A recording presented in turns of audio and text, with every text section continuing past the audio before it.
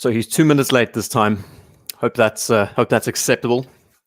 Welcome, ladies and gentlemen. Waiting for the stream to catch up, and as I do, I'm going to say hi to everyone in the chat. It's already, geez, ballistic. Curtis, Neferion, I've missed a couple of you in the beginning. Ernesto, absolute pleasure having you here. Thank you for the comment. A game, Juan, Raymond, so many more. Dr. Bob, Talking Watches, 121, Click Bezel, Gary Powers, Thomas Burnett. So good. Eric Bell. I see James joining us. Welcome, James. I hope you survived after yesterday. Mark P, Paul, and so many more of you. The chat is going ballistic. Let me know if you can hear me. Good way to start the show, I think. Type in 1 or 2 or whatever color or letter or number you like to start the show off. I've got to get myself into the presenting mood. Okay, let's just pull up what is on display. Another episode of Wrist Shot Week, and this is episode 18. Awesome. Thank you. You can hear me. Superb. 1, 2, and 3. Thanks, Raymond. Awesome. Scott, good to have you here. If you'd like to get my attention quicker, tag me in the chat. I'll be able to see it faster, either a hashtag or an @IDguy, and we can get the ball rolling. So, nice selection of submissions this week. The theme was around outstanding watches. Now, this theme alone could probably be a series by itself, because the word outstanding can be used in so many different contexts in this. Not only watches that are outstanding compared to the norm that we normally have, but then you also have things like pieces that have a bit of history to them, have a nice story. Are they grail watches and everything in between? So there are a few of those here, I would say. The selection is pretty vast. You can see on the left-hand side of the screen as I scroll, there's quite a bit of variety. The bonus is not as many submissions, which is also cool, because then we can stick on them for longer and chat. Outstanding and not rare. We're going to keep that going. If I say rare or unique or any of those buzzwords, I will take a shot of something to keep us rolling. Yeah.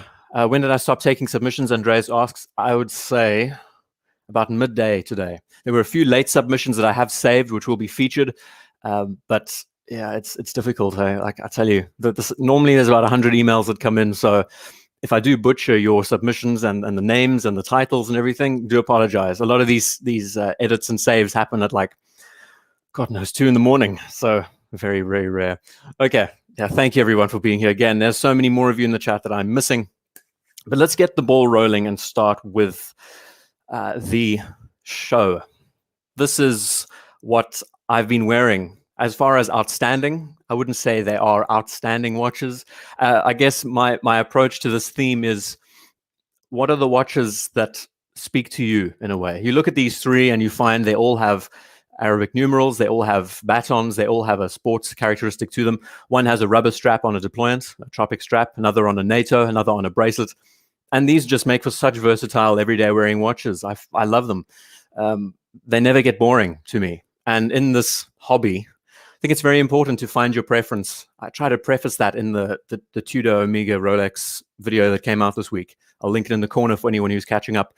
You must find where your tastes lie. And in the theme of outstanding, I would say some of the watches we're going to look at are a little bit off the beaten track, and that's the joy. Okay. And so many other great questions. Daniel's asking me, which gold watch do you buy? Hold on a second. I've got to do a quick switch over here. The laptop is playing up on me. What's everyone drinking, by the way? I hope you have some good coffees or some good alcohol by your side. Me, I have Glenlivet 12 water and a glass of Tia Maria for midnight today, but more on that later. So let me try and get to this question. Let's see, Daniel asking me, should I stick on this or should we jump to the watch that made the cover? These are all great. You've seen them enough times, right? I've spoken about them to death. This watch made the cover, and I think it's a very good watch for this theme. This comes in from 73 Maf. I'm sure he's in the chat. This is one of the times that he decided to submit a watch for the show, and when he did, so he makes the cover. It's just beautiful. A384 El Primero, my favorite. Okay, so which gold watch do you buy first? The most expensive or least expensive, or the middle, Dan asks. Cartier Tank American, Omega Speedmaster CK2998, Pulsations, Rolex Yachtmaster Rhodium. Ooh, what a good question, Dan. In my case, oh geez, the Tank American stainless. In this, I would say for something more versatile, just to start off, I would go with a CK2998 Pulsation. I love that. You're talking about the blue dial. It's either the blue dial or the Panda variant. sorry, the reverse Panda variant. That's the one I would choose if it was me for a starting point. I would save the Tank American for last, I think. But there's so much. It's really, let's get me drunk so I laugh about that. Yeah, definitely, Raymond. Thank you. That's really, it's nice of you. Very nice of you. 73 Math is joining us. I think he's in the chat somewhere.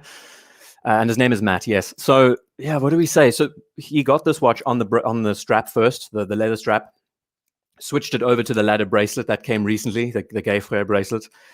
I can't get enough of this watch, honestly. Considering the selection out there, this to me always just brings me back. The case size, the 37 mils Panda dial, the uniqueness factor. I know it's another reissue of a retro piece, but I guess different strokes, right? I find this such a charming watch for what it is. It's size, presence, status. I love the balance. As far as a Panda dial watch goes, with the red accent there, it's gorgeous. And as a piece to cover wrist shot week in the autumn, Matt did a very good job here with this. And talking watches, I got all your submissions. Don't worry, there were lots and lots of submissions from a good handful of people.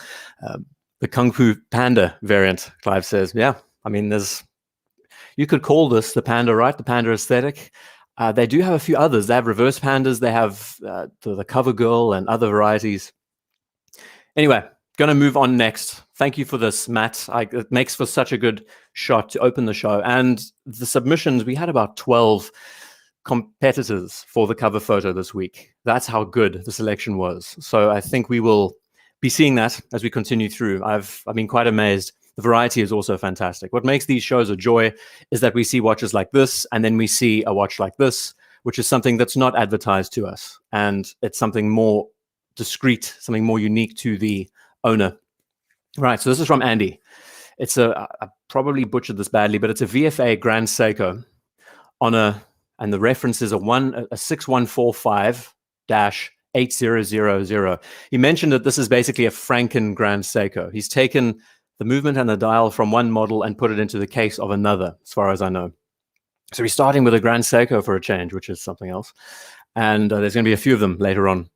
And I've also got a really nice story coming up in the next submission that I think is a good start. Right, hitting the water, clearing the throat. I'm going to carry on. Yeah, it's been a hell of a week, I can tell you.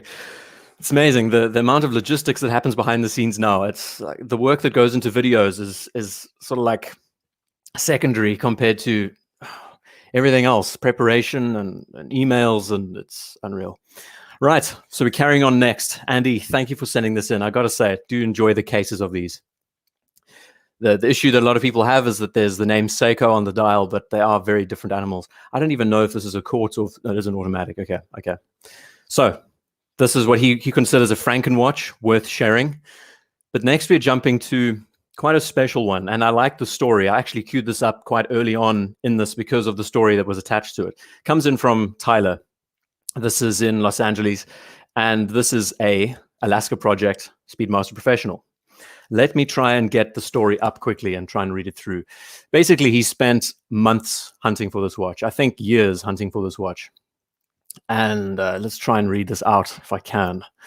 I kind of clipped it to the very end. There's a couple of questions coming in for me now. Raymond saying, gold watch, Cockney for Scotch. Okay. Special day of watches. We go for another marathon. Sorry, James. No, not really. Hey, we have about 120 submissions all in all. If I motor through them, I think we might be able to do it just in the 3-hour zone like we tend to, depending on how fast I talk and how the alcohol sets in. So let's get to this quickly. Let me try and read the story. If I remember right, this was his first watch that he picked up. And story goes is that he was asking authorized dealers all over the place for this piece, but of course they are pretty rare. There are only a few of them out there. And what makes the Alaska Project unique, for those of you who don't know, it's the piece that really developed after the Professional became a thing. After the moon landing and everything else, Omega wanted to take it a step further, developing anodized aluminum cases to house their watches, to see how much better their watches could be in different temperatures, environments, climates. And the Alaska Project was this like secret underground story. I'll link the video in the corner. I did one before. The inspirations behind this then eventually translated into the Mark II, which was by no means successful next to the original professionals, but this dial is what makes it the Alaska, the white on black reverse effect. So one day while walking by my hometown Omega Boutique, Orange County, the South Coast Plaza, just casually asked my wife to pop inside to look around. And by a long search, I lightheartedly, half-kiddingly tone asked if they had seen the Alaska project, because he'd been, for months, he's been looking for this. I think it was years, actually. To my surprise, I got a shocking response that, in fact, the last known new inbox watch of all Omega's corporate inventory was, in fact, sitting in the safe at the back. It had been transferred and moved from no less than 4 Omega boutiques, starting in Europe, bouncing from New York, and eventually to arrive in Orange County, being transferred from Vegas for a buyer who wouldn't answer their calls for the past week. They had given up and were planning to put it back in the system. Needless to say, I turned to my wife. She, being amazing, said, well, it's meant to be. You've looked long enough for it, so I get it. And so on that day, I bought my first big Swiss brand, one of my Grail timepieces, and at the same time, my wife, young son, daughter was present, made the situation, the occasion, a lot more special. And it set me off. And this is really how the whole hobby began for Tyler. Trying to remember, he didn't give me a good description. So 2008 special edition, that's what makes the Alaska unique.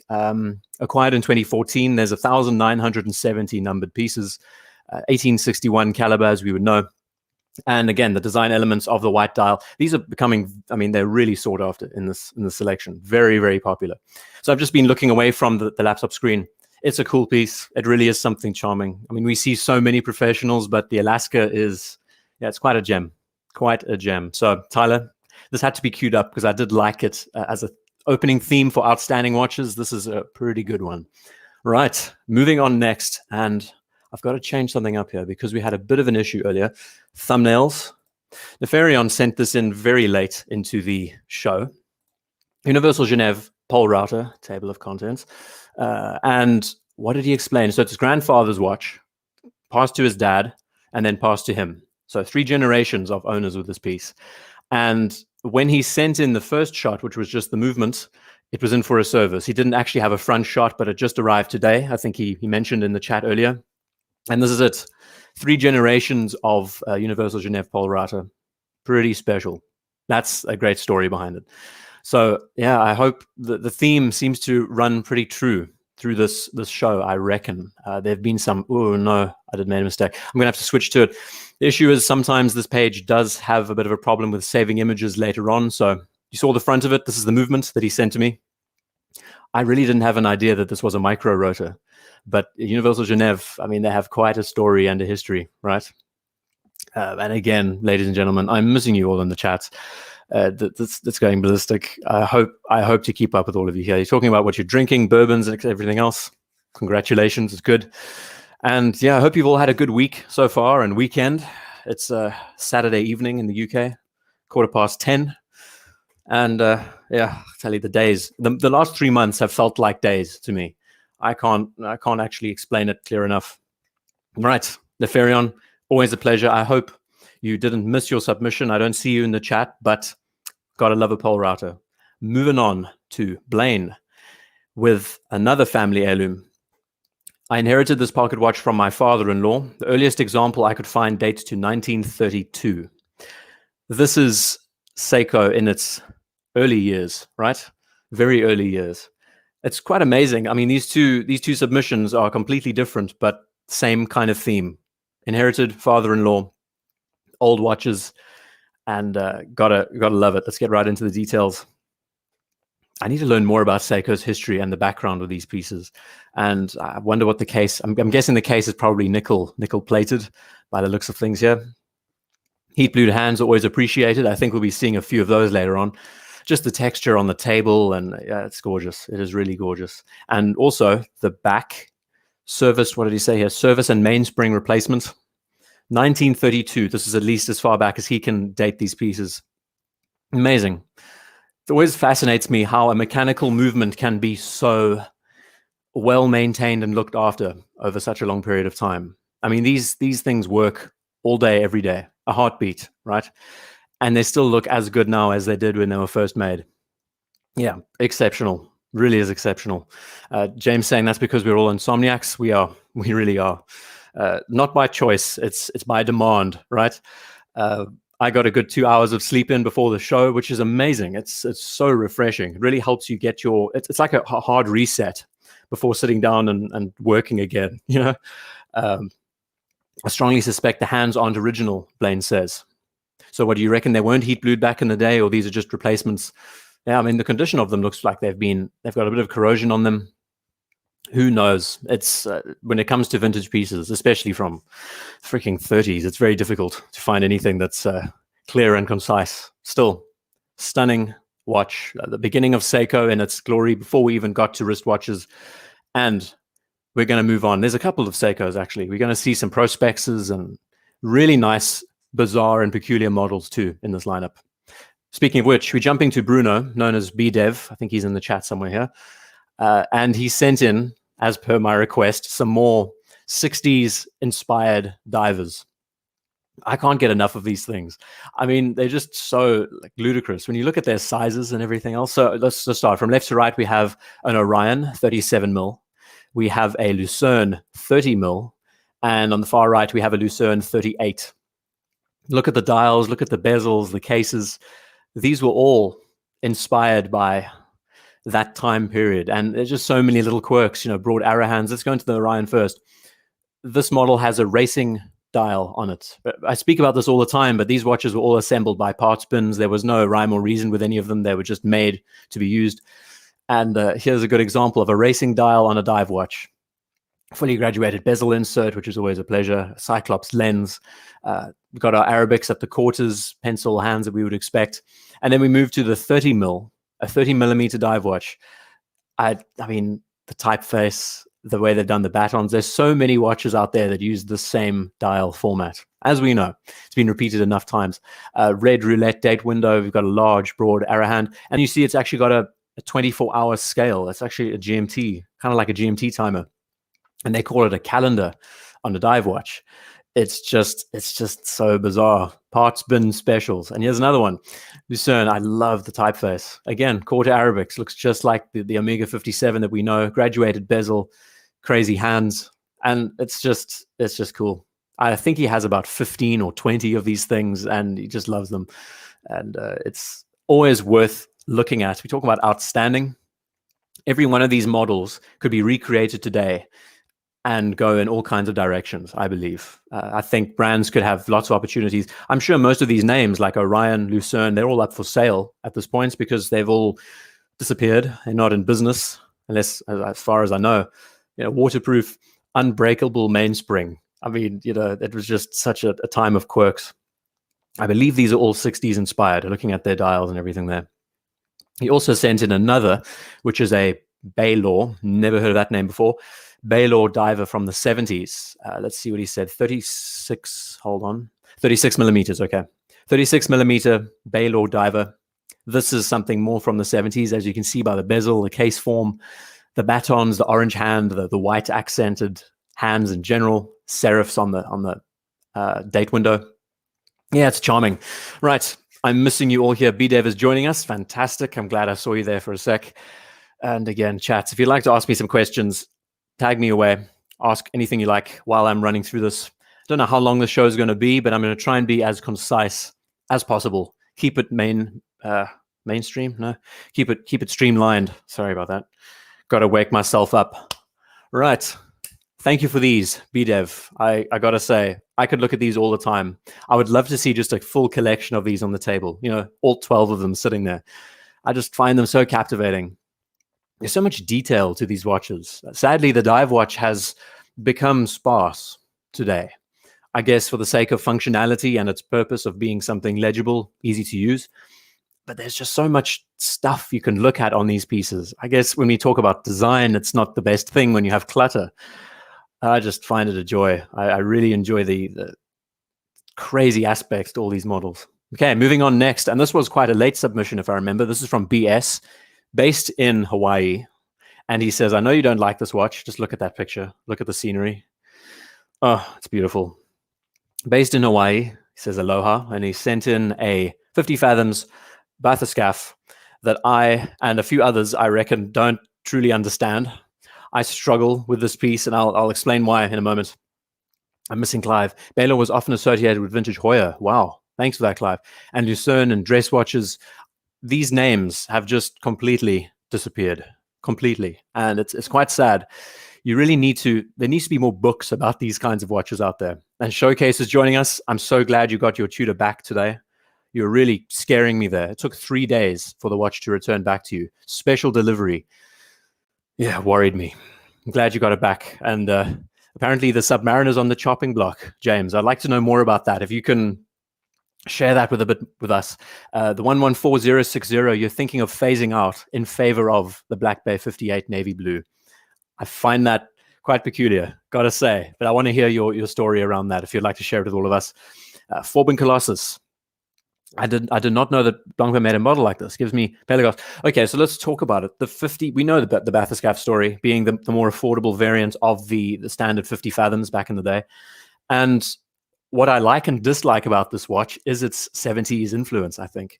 This model is 42 mils, if I remember right. And even now, compared to the 50 fathoms, which is 44 mils, it's a real monster. This is a much more casual looking dive watch next to it. What I love about it is that even though it's a 70s inspired diver, the way they've attacked it, it is unique to this model in particular. You can see that it is a bathyscaphe by the indices on the dial.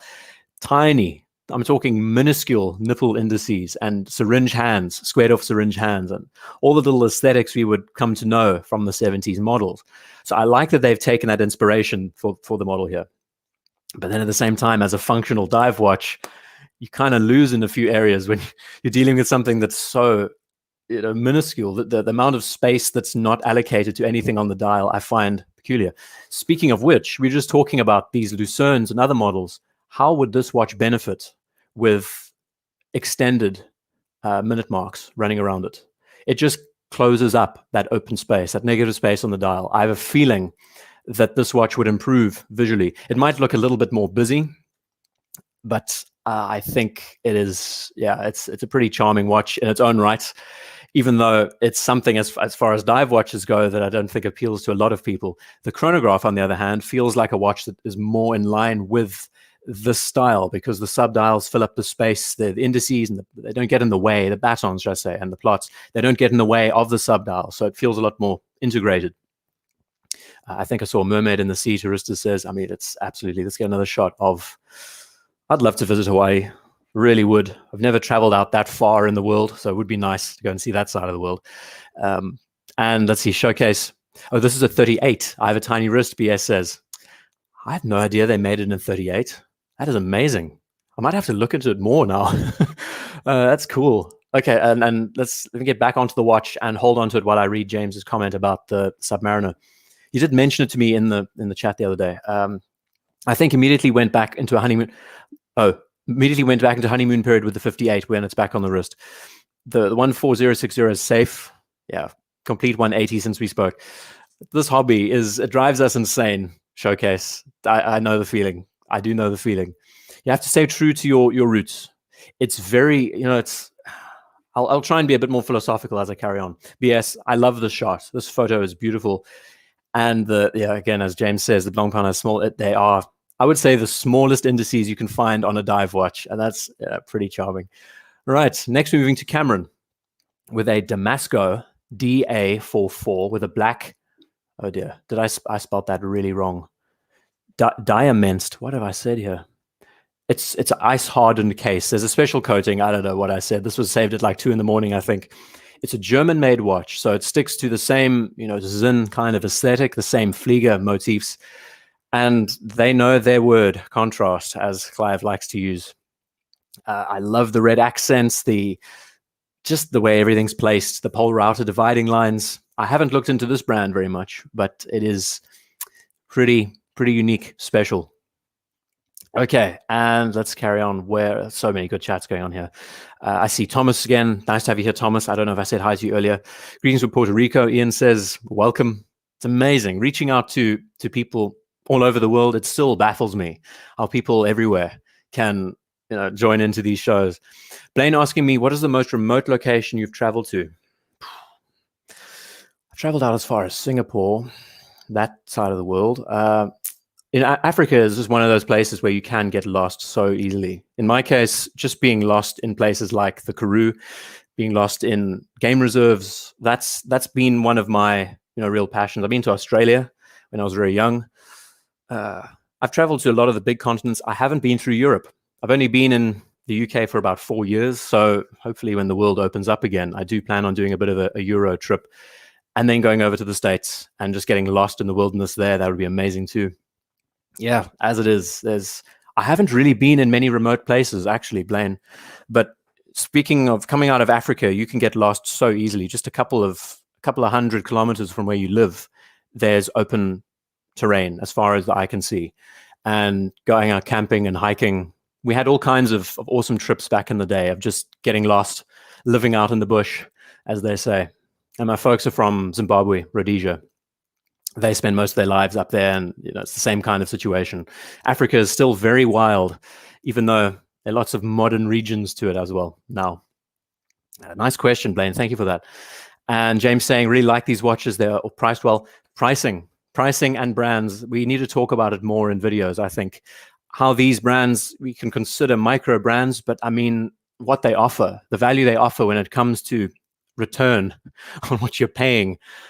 These are some of the best, right? In the German category, in Swiss, Japanese, many makers out there that are putting the big names in check. Forbin says, most of the time, off-center lettering logo really bugs me. The best example, I think, of off-centering is the Doxers. Doxers with the name on the right, name on the left, and on the right-hand side, they have the spec. Yeah, I agree. This is a little bit heavy, having it all focused in on the right-hand side. You would want it to be more centered, but that's just preference. I do really like the way they've done the bezel. It's hardcore. It's a real tool watch. Also, Flieger sword-styled hands. Joy. Right, we're moving to Cedar Canoe next. Thank you for this, Cameron. And Cedar Canoe sent in. I asked him again to send in more of these Habering Messina Lab models. So Habering, I always get this damn name wrong. Habering from Austria. They partnered up with Messina Lab, which is I don't know what they really do. They kind of make homage watches in a way, and they seem to team up with their stylings. And this is based on a very unique Patek Philippe from the 30s. Let me try and get to a good shot, and then we can jump back to the other photos here on the wrist. I think it's absolutely stunning. As far as a sector dial goes, you're not only dealing with a sector, but you're dealing with quarters. There's so much just beauty about rotating a Arabic numeral on its side to get that full, it's such a nice aesthetic. It's something we don't see, and it deserves to be seen more often. I think the Longines Heritage, I can never get the name right. Do I have it somewhere close by where I can refer to it? That Longines Heritage Pilot, that 30s model that they made a couple of months back, uses the same kind of sector dial aesthetics. Right, I'm missing you all here. Go for Geneve. For watching. Thank you, tourists. Having lived in Nigeria, I can attest to that, Bob. Yeah, I can tell you. Canadian wilderness, love to see that too, for sure. John Moon, thank you so much for the super chat. I did get your submission. It's going to be coming up later on. And James saying, do you say return when you meant value? I probably did, James. I'm still getting my words together. I mince my words half the time. I decline harboring, likes in German. So harboring. Okay. Thank you, I decline. Thank you for that clarity there. And the chat's just going ballistic. The Heritage Classic. Thank you, Thomas. That's what I mean. I love these sector dial models. They are very unique. And I didn't even mention the champagne dial and how it works with this brushed finish. Messina Lab has had a bit of controversy surrounding it. Just look at this. Just remember, Harboring is a brand that is all in-house with their movement manufacturing, so we get this crazy-looking machine. It's all hand-engraved back there, which is beautiful. Large balance. And next to it, we have I think it's a corgi toy. It's not a dink. I think it's a dinky toy. It's a dinky Formula One from the 50s, dinky Ferrari. I've been involved with repairing them and rebuilding them over the last few months, and they're a lot of fun. I feel like this is not a, I'm going to say corgi toy. It's a corgi version. The dinky version is a little bit more hardcore because it has an exposed engine and there's lots of other factors. But I love the photographs, Cedar Canoe. And this is such an awesome watch. Apparently it's a limited edition. There were very few made, and I just find it such a captivating piece in this selection. And Carl says, I get my words mixed, my merds wixed. I do. I sure do. I mean, how can I not when I'm trying to keep concentrating while doing this? I tell you. And the caffeine, remember, the caffeine's getting to the brain. Beautiful watch. I could look at this for a long time.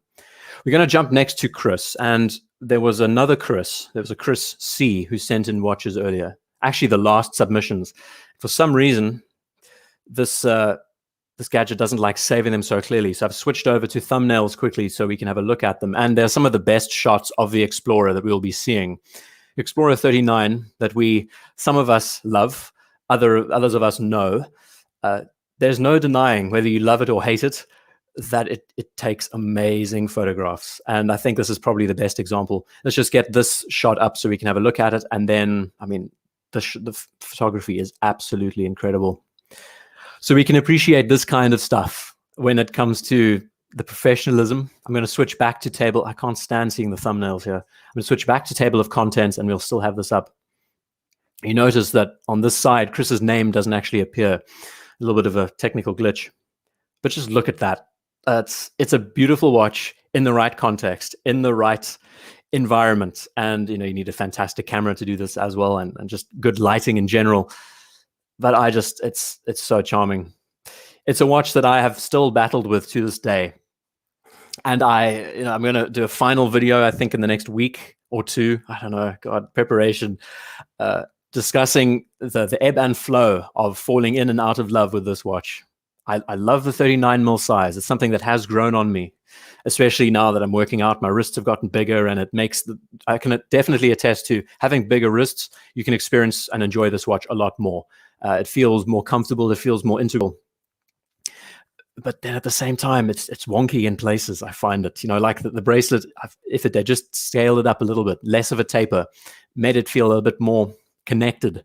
I try to explain a bit in that video this past week, but it's a joy. And again, the chats are going ridiculous. James, they are fantastic photos. I agree. This is probably one of the best. This is definitely a contender. This could be a cover photo shot, right? This was the very last submission that I saved. I think about, I don't know, came into my email, and I thought this kind of professionalism in a photographist's repertoire needs to be saved. So absolute joy. But there are little things like the quirks of the numerals on the dial. It still doesn't grab me as much as the 1016 aesthetic. I've talked about it enough. I'm sick of talking about Explorers. I've been battling, and I hope to give a much more structured description around it in the next few weeks. I would say a bit of a write-up. Showcase saying, interesting you say that. I have 7.5-inch wrist, and I always wish for smaller to enjoy more watches. You're talking about your wrist size. Interesting. Yeah, I mean, this is one watch that wears a lot bigger than you would expect, you would imagine. I mean, the Seamaster that I'm wearing, also 39. It's a true 39 mil piece. It feels small. It feels more like a 38. This, on the other hand, it's also a 38. It measures something like 38.7 mils. And it wears like a 39 because of the way the bezel's done. It wears large. The dial is much bigger than you expect, but the space is being considered very well on the dial. It's a peculiar monster. It really is. But yeah, I've gotten to enjoy it over the last. It's been such a pleasure. I can tell you, the owner, Springs and Wheels, Sam. I'll actually link his Instagram. I see Megan joining us. Just woke up from a nap. Don't worry, I did too. It's been an absolute pleasure being able to get some sleep in. If you're on Instagram, follow Springs and Wheels. He lent me this piece. I've been wearing it for like two months. And being able to get that kind of extended wear time does really change your opinion on pieces. I've got to say, regardless, it's a watch that you can pick up, go, and use. It's a piece that you don't have to spend time thinking about. This, the Tudor, and the Omega, when I did that video, I didn't mention a one-liner saying that as far as choosing a watch every day to wear, they're so damn easy to just pay. You don't even have to think about it. Just blindfolded, reach in, take the watch. It's yours for the day. And, beautiful. I love this shot. So thank you, Chris, for sending this in, the very last submission. Jumping to another Chris, to the Seiko Prospex. This is based on the 62 MAS, I think. The SBDC 051. We have a couple of these on the show, actually. Very similar models. Again, Megan, welcome. Thank you for joining us. I hope to not put you in hospital again this week after last week's catastrophe. But, NATO asking, Explorer 1 or Milgauss Z Blue? What a good question. Now that I've experienced the Explorer 1, I wouldn't mind enjoying the Milgauss just to see how that vibrant dial works. They are in completely different categories, though. I mean, the Milgauss is fun. You know, the Explorer is serious. It's built for all occasions, where the Milgauss you can be a lot more flamboyant and playful with. So, you know, given the option, again, 40 mils, it wears large, and it has a much thicker case with the Faraday cage inside it. So for my wearing experience, I would say 39 Explorer wears flatter. But again, two different camps completely. Very good question. And everyone else joining, oh God, I don't know. Flippin' Zippo says he's exhausted. I've had a hell of a week, I got to say. Nick saying I would enjoy the Milgauss. Would be nice to try. It would be a pleasure to try the watch. I've really loved these hands-on reviews. It's been such a great change of pace. Anyway, getting back to the Seiko. What this watch does well that I really enjoy is it's a very competent dive watch. Next to the Blancpain that we saw a second ago with the small indices and everything here. Funny enough, this being based on the 63 MAS, which was technically a copy-paste of the original Blancpain 50 Fathoms bathyscaphe. This is a model, actually it's so true to that original 50 Fathoms bathyscaphe. If you look at the original bathyscaphe from the 60s and 70s, you'll see what I mean about the aesthetic. This just feels so much more competent with a broad arrow hand, with the batons placed so neatly around the dial. The case is not shouting for your attention. It's very low profile. It has a tropic strap, which is something that I adore at the moment. A matte dial. These come in different variants, which we will be seeing. There's a gorgeous gilt dial model that we'll be looking at in a moment. All sorts of little factors. I think it's a ceramic bezel, fully graduated.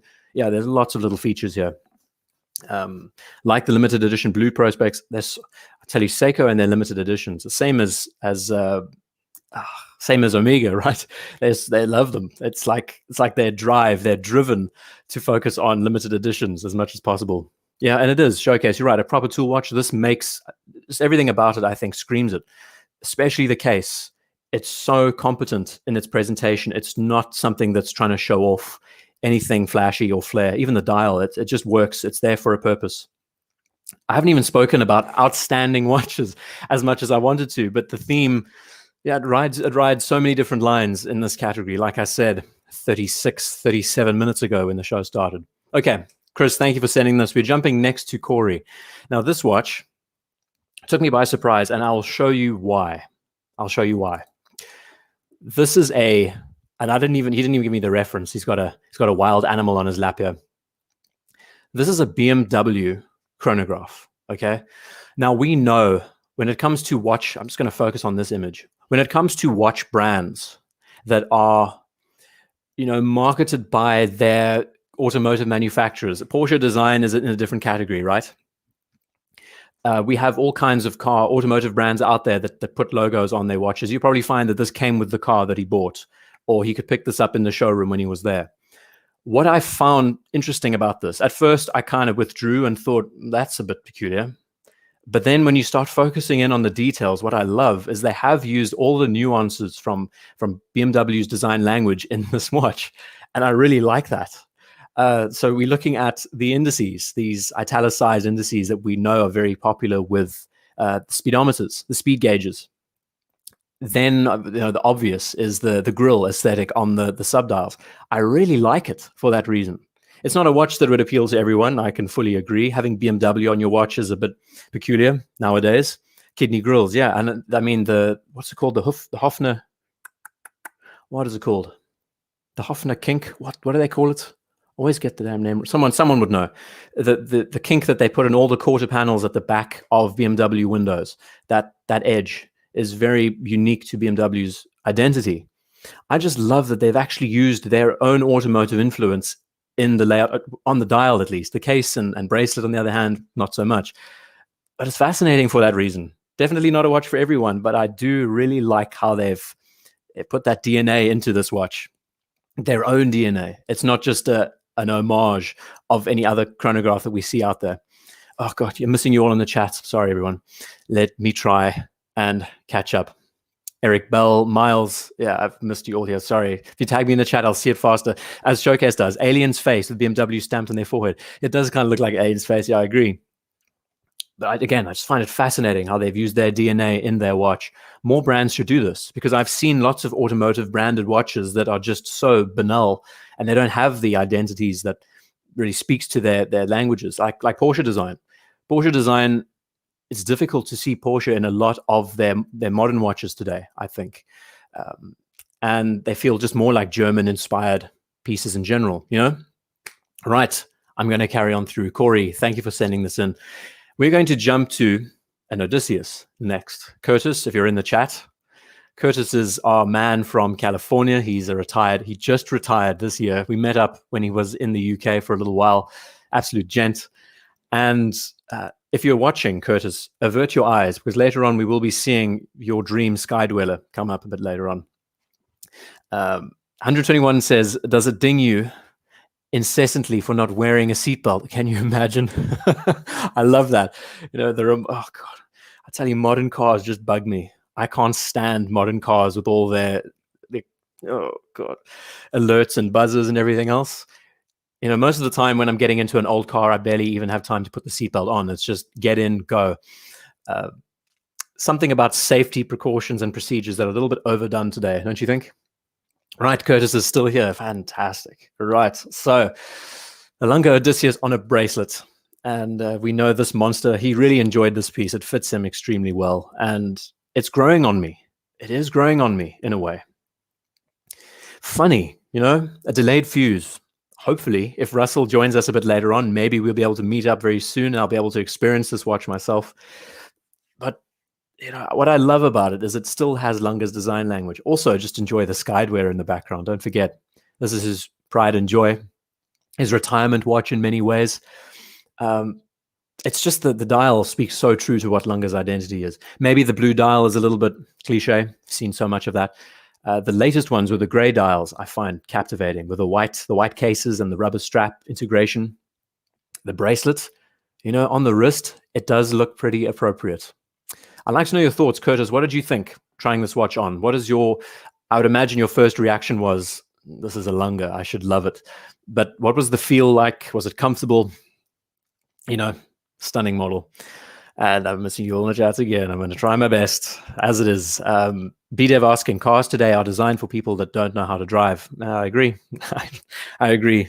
But I mean, it's just the natural progression of things, right? The easiness of life is just something that that's what design is about at the end of the day. It's making life easier, more acceptable, more approachable, I could say. Driving has become so much more approachable that, you know, Megan and I, we're the same age. When it comes to speaking to the next generation, we're not even going to have to educate children about, you know, manual shifting or clutches. Or I find that sad. I do find that sad. The experience disappears then, you know. And just with anything else, old school telephones, you know, dial up and dial up internet, and you know, it's just those things that we experienced in our lives that back in my day, yeah, it's funny. Tao, enjoying a great whiskey while watching a show. A pleasure, Tao. That JLC you sent in, I'm going to be asking you about that in a moment when we get to you eventually. That watch we're going to have a look at a very nice JLC later on. And Curtis, like I said in my email to you, this never spoke to me in photos and videos. In person, it's stunning. Beautiful. Again, Tao, thank you for the super chat. I'm just running on empty here, just trying to speak my mind as I read everything. Mark P, blue dial, cliche, how dare you? Yeah, Mark, we're going to have a look at your blue dial a bit later on. It's awesome. Megan saying she's a better driver than me. I've been driving since I was 10 years old, Megan. I don't know. We're going to test it on the Nuremberg ring one of these days. Manual transmission. We're not using that flappy paddle BS. Love it, Curtis. This is a gorgeous shot of this watch. Gorgeous, gorgeous. Going to jump next to Dan the Watchman. Dan the Watchman sent in about 14 photos, and he has his own dedicated file for watches that I'll just pull for every show from now on. And the three pieces that I grabbed from his submissions, which I thought was stunning, outstanding, we could say. It's the Blancpain flyback chrono. I love the size of this machine. It's a beautiful looking watch. I'm going to talk about this in a moment as I I'm warming up. It's so good. I've been talking for 44 minutes, and I can finally now, I feel like I'm in the zone and I'm awake. Matic Diamond, cars with phones, the best. Remember my dad. Hold on. Cars with phones, the best. Remember my dad with one in his Jag. You know, the old school. Yeah, I mean, full on hang up the phone on a cord. I know what you mean.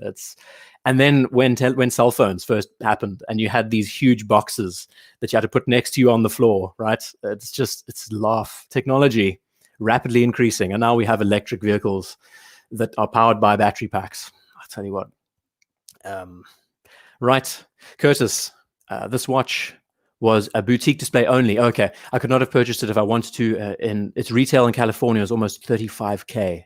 Yeah, sold on Chrono for 73. That is, and Dan is joining us, 38 mils. Now that's the one reason why I found this to be such a cool model. And Eric Bell saying cropped 0 on the 10. Yeah, and also the 6. Look at the 6, completely sliced. I think the 38 mil size of this watch really, I mean, it probably wears larger. It wears more like a 39. I love just everything about it. The indices, the sword hands. Does it speak to Blancpain's design language? Well, the case form, the bracelet is very true. I love the sword hands. The dial, maybe the indices are a little bit different to what we would expect to see, but the balance is there. Date at the base with no white window. It's just all integral. It's a flyback chrono, which is special on the full bracelet. It's something you don't see very often, and I think that's what makes it a little bit more unique. Do you notice the severely cut off 6, Zahira? I do.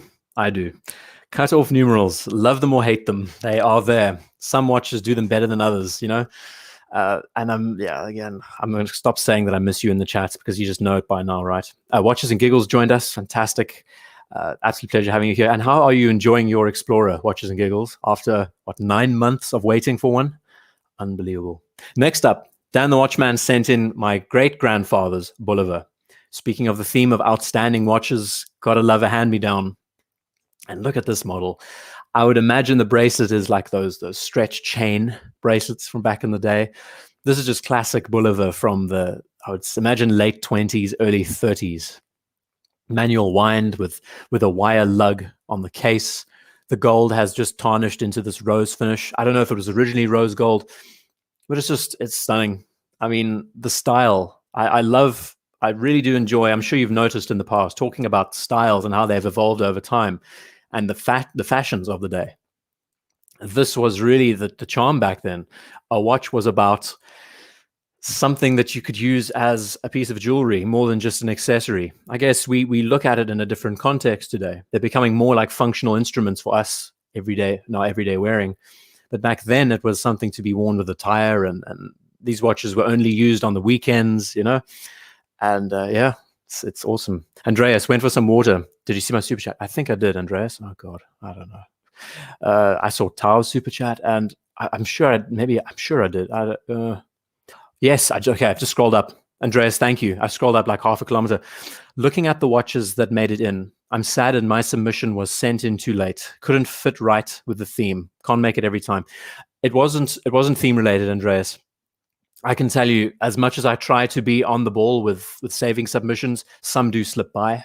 And in your case, it might have been that I just missed it by 5 minutes. It gets difficult. Being a one-man show, try to run all of these and save. Remember, I rename every single submission that comes in.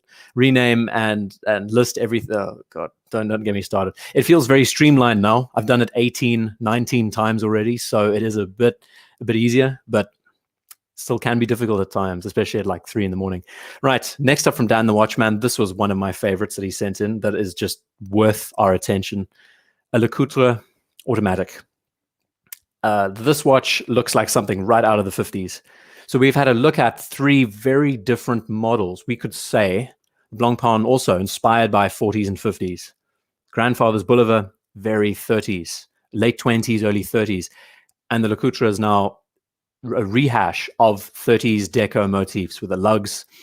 The dial is beautiful. The sectors dividing there, the way the sub-dial works there with it's a stunning model. There are a few JLCs that we will see later. I don't think we have many Le Coutures, though, prior to Jaeger joining in. Zahira asking, how do we know if our submission did not make it? Well, Zahira, yours did, so don't worry about that.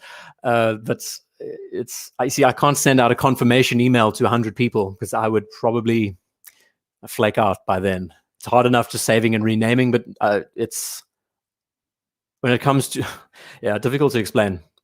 It's just an endless feed of emails coming in, and I save as much as possible and hope to cover everything in full detail. So yeah, don't worry, yours is in. Gorgeous model, by the way. We're gonna have a good time.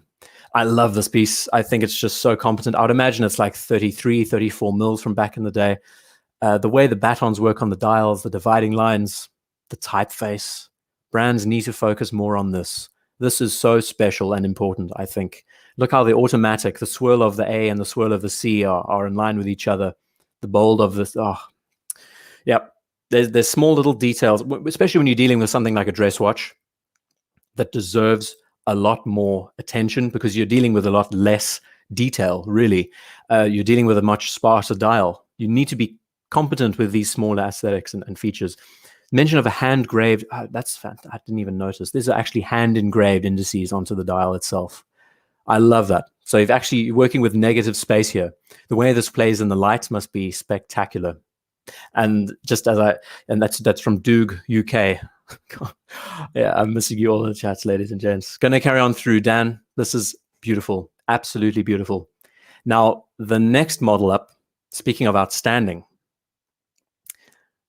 no words needed. This was hiking in the Swiss Alps, if I remember right. This is one of the first submissions, I think, for this week's show. Yeah, you can't really put this into words. This actually made a post earlier on in the week when I highlighted that we were going to be doing Wrist Shot Week.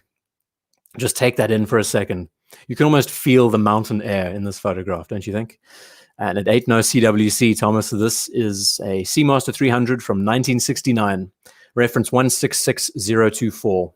You know, one of the ultimates in this category of mil-spec divers on a olive tropic strap. It's all you need. It's all you need. That's just beautiful. Such an awesome machine. I've tried on one of these before. It wears pretty large, gotta say. 42 mil professional case, the same as you would see from the Speedmasters of the time. But the one I tried was MOD. It didn't have a date with a big, big triangle at the top. No 12. Look at that thing. And just the setting, I think, as far as a hiking watch goes, it's nice that he manages to blend the strap into the natural flora, right? But CWC did steal it, as Eric says they did. I mean, technically, I believe, can correct me there, Eric, because you are a bit of a sea dog yourself. The MOD owned these kinds of designs, right? I'm pretty sure since they gave the spec out, didn't they have the right to keep the specification to then resupply CWC and other names when it came to recreating those models? I just love this photograph, man. It's absolutely beautiful. And Kelsowitz, they need to bring it back. I agree 100%. If ever I get to chat to Omega, if I ever get time to speak with them, this is what I'll be directing them to. I would say, you don't even have to modify it. Recreate this watch. No wart on the side.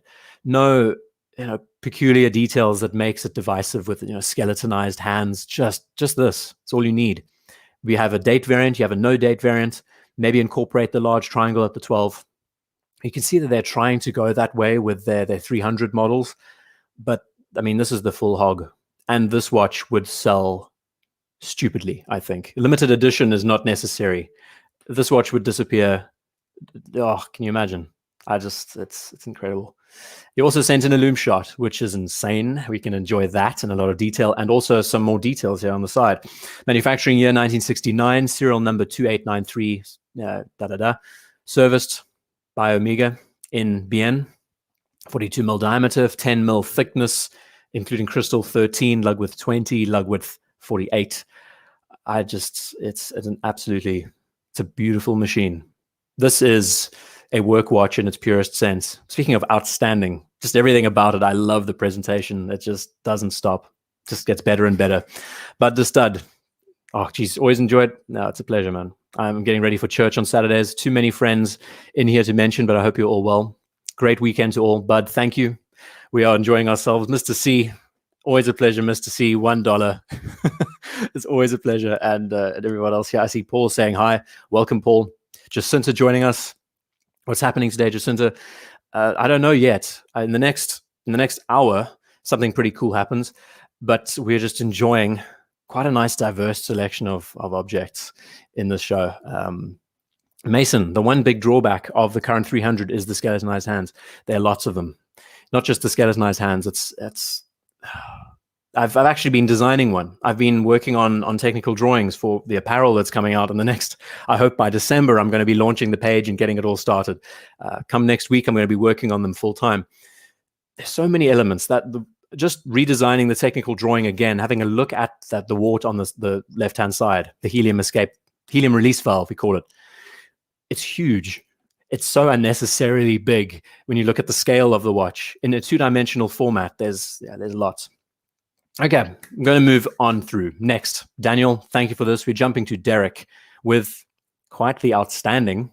Should I be drinking every time I say outstanding, even though that is the title of the show?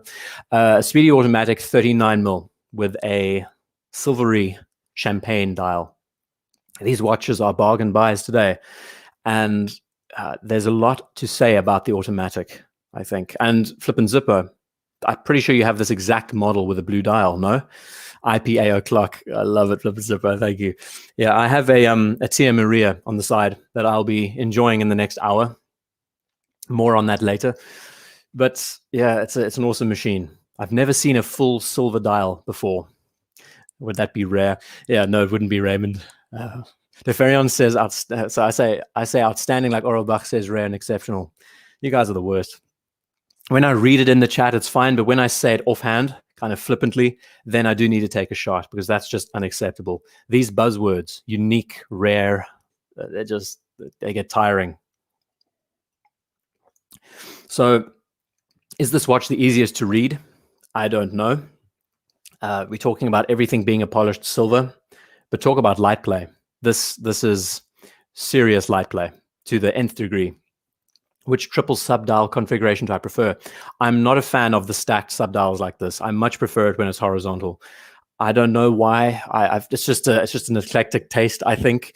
The offshores have beautiful, the AP offshores have beautiful arrangements like this. I guess it's just different strokes in this area. In my case, I really enjoy just the standard subdial layout. It's something that's just become so ingrained into our minds at this point. There's something about how this is arranged that does stand a little bit differently. What this does have, though, is you can enjoy how there's a bit of balance between the text, the date window on the right, with the subdials. So squint your eyes, you can see that there is a bit more weightiness to all the corners. Yeah, I don't know. The alcohol is starting to get to the brain too. Let's get to Demetrius next. Demetrius, Juan. Thank you, Juan. You're going to be coming up in a moment. Loved your submission. We're going to chat about your outstanding watches in a second. It's going to be good. There's some really nice pieces, I got to say. The selection of watches today, lots of Moses as well. Yeah, it's going to be good. Demetrius next. He dropped quite a bombshell today. He sent me, I'm pretty sure he sent me this email today, that this is his pride and joy. I think he said he recently picked it up. Now, Demetrius is known for sending in his Omegas, and what else have we seen from him? We've seen we've seen a Max Bill, I think, in the past. Demetrius based in Greece. Another blue dial hype watch, right? Raymond saying Moses or Moses. Moses in the bull rushes. You're just like Moses. When you speak, all the bull rushes out.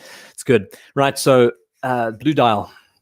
This watch it's a beautiful machine, and the photography, absolutely insane. It's a stunning watch. We also have a few other profiles to enjoy in a moment. You know what my feelings are about this watch. Some days it's great, other days I find it so peculiar. We can all agree that it falls into this category of a high fashion watch, as in it's not just something you would see at the Milan Fashion Week everywhere, but also it's something that is stylish in its own way. Speaking of which, when I kind of associated Demetrius with this watch, I felt that there was a bit of Greco influence to this as well. Ancient Greek influences with the faceted edges, the sharpness. I'm really enjoying looking at ancient history and how those elements were put into their products of the time. We're talking thousands of years ago. The ancient Greeks, the ancient Romans. Even though this is an Italian-based brand, you could say the Italian styling is more true. I do find that these lugs very much deco inspired when we look at the Empire State Building in New York. Now, there are lots of elements. You can imagine me talking about design themes. This is the glory about this watch, though. The case thickness, the bracelets. I got to say, the way the bracelet works with the lugs, it's very competent. There is a true relationship between how the lugs integrate with the bracelet. Something we seldom see. Often enough, we find that watches and their watch heads and bracelets are very disjointed. Oh, is that right? Demetrius, the founder of Bulgari, was Greek. How did I get that right? I can tell you, Glenn Livet 12, ladies and gents, it gives you about 50 IQ points. Bulgari is a Greek name. Oh, Demetrius, are you kidding me? I can't believe I got that right. And I'm missing you all again in the chats. Touristas, the owner of Bulgari, was Greek. That's amazing. That is amazing. I don't know how I guessed that one. Right. And the side profile, again, we can appreciate, and also a shot at an angle. I do really enjoy these different quarter views. I've got a bust out of Fisherman's Friend. New packet, simply the best. Cherry this time. That current has diminished. It's a beautiful machine. We've spoken about this watch often. They're becoming so popular today. Originally, they weren't seen very popular, but all of a sudden, everyone's jumping on them. And I guess it's that unique aesthetic that everyone wants to see here. All right, hitting the water again. Recollecting thoughts, processing. The Mason saying that the versions of the Octo Finissimo that have a mix of finishes make the case look much better than uniformly satin finish. Yeah, as in the two-tone variants, and the difference in dials as well makes a big difference. I agree. It lacks lume. Yeah. Others saying not for me, sadly, Hans. Of course, it's a watch that I probably wouldn't own. I'd love to experience, but ownership-wise, it's definitely not for everyone. I agree. Moving on, another shot from Demetrius was a date just. He specified in the email, if I remember, that he is not a Rolex person. He's not much of a Rolex appreciator. And this is the 41 with a flat bezel, and it's his only Rolex, which is cool. I mean, we've seen lots of Omegas sent in by him. Actually, we're going to see one in a moment. Since it's saying sponsored by iDguy, I think I need to negotiate a contract. Talking about Fisherman's Friends, I'd love to be sponsored by Martin very soon. I did something very bad yesterday. So if anyone represents Martin, CF Martin in Nazareth, Pennsylvania, reach out to me. I'm going to be spruiking your brand a lot over the next few months. All right, Datejust 41, flat bezel. It's a classic. We're going to have a look at a few of these later on. Also, I think they're all on Jubilees, these models that we're going to see. And then finally, one of his daily wearers that he loves and enjoys that we've seen before is just the standard Seamaster ceramic on a shark mesh. I do love this aesthetic, and it speaks so true to that 300 that we saw earlier. I think the 300M, that MOD variant with the shark mesh braces, it just has that kind of feel and aesthetic. And they've done a good job with this watch. I do miss the idea that the helium valve is small and out of the way. The proportions are very competent. The only downside to this piece, I would say, is that the dial being a bit flat, it could be a bit boring to look at. The bezel, because the indices aren't engraved into the bezel, highly reflective, might be difficult to see in low light, maybe even in the water. But as far as an affordable, I mean, we've spoken about this before, an affordable everyday wearing watch, this is a goodie. You can pick them up for a song today. And on the mesh bracelet, as Thomas says, it just completes it, adds a whole new dynamic to this model. Nasty vinyl, actual watch crawl. We do deviate sometimes to talking about Fisherman's Friends and alcohol and bizarre places you've traveled and everything in between. But then we do try and circle back. It's difficult to not circle back to the actual theme, which is the watches on the screen, right? Yeah, got to enjoy that bracelet. I think it is a charming addition. Don't like mine at all. Just since it says, I mean, there are a lot of elements to it. It's compared to the earlier model that we saw, the original from the 69. This is definitely in a different direction, and we consider the evolution of this watch through the 90s and the James Bond affiliation and everything else. The device elements, again, the skeleton hands, they seem to really stick to this watch. It's a part of its identity now, as well as the helium valve. Not for everyone, I agree. Now, you know what's crazy? These two guys, Demetrius and Dr. Bob, they don't know each other from Adam, but they both sent in the same watch. This one linked to Dr. Bob. I think I saw him earlier in the chat mentioning that this was a 50th birthday present from his wife. 41 mil, the same monster except on its original bracelet. Snap, gotta say, it's pretty hilarious. And yeah, again, we've just spoken about it, but I mean, it's a cool machine. And this was being taken for a stroll through the Swiss countryside, I said in the description. I hope I got that right. Yeah, I tell you, as far as outstanding, it's always nice to receive an anniversary present like this. And I do love this shot. You can appreciate how this dial works in low light. No reflective quality. It's just the skeleton hands. Love them or hate them. They are warts and all. It's definitely one of those models. I mean, just the crown and the way that the lugs work, the case form. It's definitely not a watch for everyone. It ties itself well into the 90s aesthetics. And I think the modern one has deviated quite nicely away from it and has modernized it in lots of good places. But yeah, and was I right, Dr. Bob? That's good. I'm pretty sure I saved this one at 2 in the morning. Is that Bracelet OEM talking watch? Yeah, I think it is. Yes, well, this one is for sure. Never been sure on the Seamaster, Paul. Don't worry, you're not the only one. Given the option, I would choose my 300 over this if I had the choice. But these, again, they're so affordable. They are easy to find out there. Have a look. If you want to get yourself into this hobby, $2,000, this is yours. And you've got an extremely competent daily wearing piece. They also come in all sorts of sizes. Moving next to Dylan, 121 click bezel. This was also one of the last submissions I saved. I saved 2 shots. What makes this watch outstanding, which is a little bit different to the normal pieces that we've seen, IWC split fire double chronograph, you don't see often, but this was a gift from Matthew Fox from Lost. The main character, I can't, how best can I explain? God, I watched that show years and years ago. I can't even. Matthew Fox is the main dude, black hair, one of the main characters. And 121 click bezel was his, say Dylan. Dylan was his flight instructor. And at the time, Matthew Fox was an ambassador for for IWC.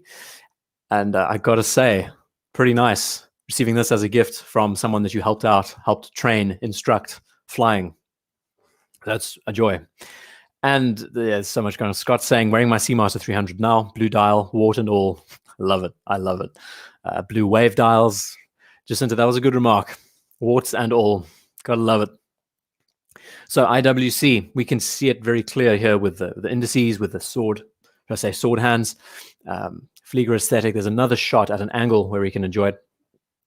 I noticed that IWC is quite big on their anti-reflective coating. A lot of their models do focus in on, is it double coated? I don't know the full story. But yeah, I've got to say, the way they've raised these indices on the dial is stunning. You have quite an interesting collection, Dylan. We've featured all of them. Everything from your Air King. What else do you have? I just remember off the top of my head, Air King and this IWC. He says that service costs suck, but I love the IWC style. It's one thing that is something you should consider when getting into this hobby is having some money aside for servicing, because it can bite you really badly if you make a mistake. Yeah, but it's a beautiful piece. I love the story. I think the whole idea of receiving it as a gift, it's always a pleasure. Moving next to matchmaking. Jacinta, what? IWC, IDGuy, what do you think? So, Thomas, give us your opinion. Good idea. Warts and all. I think it's important. We're jumping next to Eric Bell. Eric Bell sent us, I don't know so much about outstanding, but these watches, he's a huge diving enthusiast. He's probably the most experienced diver that we have in this group. He spends all his time in the water. This is two of the same models, Tag Heuers. I would imagine from the 90s. I can't remember the full specs. Tritium dials. 29 versus 39. Hold on a sec. I'm trying to remember why did I say 29 and 39? I can't remember. But the whole idea here is that the one model on the right is the dress / desk diver, and on the left, this is a working watch. Notice what happens when one experiences water ingress. So this one has taken a full beating. You can see the dial has gone all shades of color, while this is still in pretty good nick. Why did I say 29 and 39? Must have been drunk or something. Right, 90 and 91. How did I get that one wrong? Thank you, Eric. God, I don't know. Half the time I'm running on autopilot. But you see what happens to a dial when it gets flooded. And here's a pretty good example. He loves his work watches. I tell you, I can't imagine how many divers he has in his collection, but insane. Absolutely insane. So yeah, and Tag Heuer. The coveted tag on top of Heuer is something that is open to debate today. The brand has gone all over the place over the last few years. Okay. Thank you for this, Eric. Hans saying drink. I think you're talking more drinks for me. Yeah, I've just got a small glass of whiskey tonight. This fisherman's friend is still in my face. Got to get rid of it. Right. Moving next to Philippe. Philippe has sent in lots of submissions. I've chosen 2 for the show. And what I liked about it is that they have some kind of relationship here. They're 2 Seikos, one being a Prospex, this being the turtle. I can always kind of semi-guess the reference. It's like a 5120, I think. The beach is quite a nice setting. I do enjoy it. Philippe, I don't know where you're based. I'm going to say Portugal, but I could be completely wrong. This being... Is this an Arabic date? That's something unique. Geez, I didn't even know they existed. I hope I'm getting that right. God, I don't know. I've been running the show for 70 minutes. Oxygen deprivation setting in. So we have a gorgeous brown dial, which is also something quite special, with a brown rubber strap. Is Bud leaving us? It's awesome to have you, Bud. You're going to be missing some good... I would say stay for another few minutes, because we're going to be looking at a Grubel 4C in a second that belongs to James. And I don't think it's something you should miss. When we talk about outstanding, it's one of the best for the show. I agree. All right. So next up, what I like about this is we know the Willard, and this being the watch that really set the standard with the turtle integration and the offset crown, and the dial is very true to form. And then we jump to the modern interpretation, which is the SKX. I feel like it's a 007, right? On a NATO strap. And I just loved seeing that splash between the two, and how the DNA has been chopped and changed. If it wasn't for the turtle, we would be seeing hardly any divers in this category. Seiko really has minted off the aesthetic of the turtle case with the offset crown and the way they've done their dials. And I think this has been modified with a ceramic bezel by the looks of things. I'm not much of a Seiko model. Is this Dad's Grail watch? Yes, it is, Megan. It sure is. And we're going to get to it in the next. This is what I love about these shows. We go from Seikos and Tag Heuers to jumping to the highest of high horology. Second, is it a faded bezel? I don't know. I can see some reflective sheen. It reminds me of, maybe it is faded. Maybe it has been bleached. So I really like this, Philippe. I like the idea of being able to see these 2 watches side by side and getting to see the DNA, how it went from one region to the next. Right. Jumping to Grubel 4C. It's a brand that is not discussed. It's something that I highly recommend you watch. I'm never going to get his name right. What's his channel called?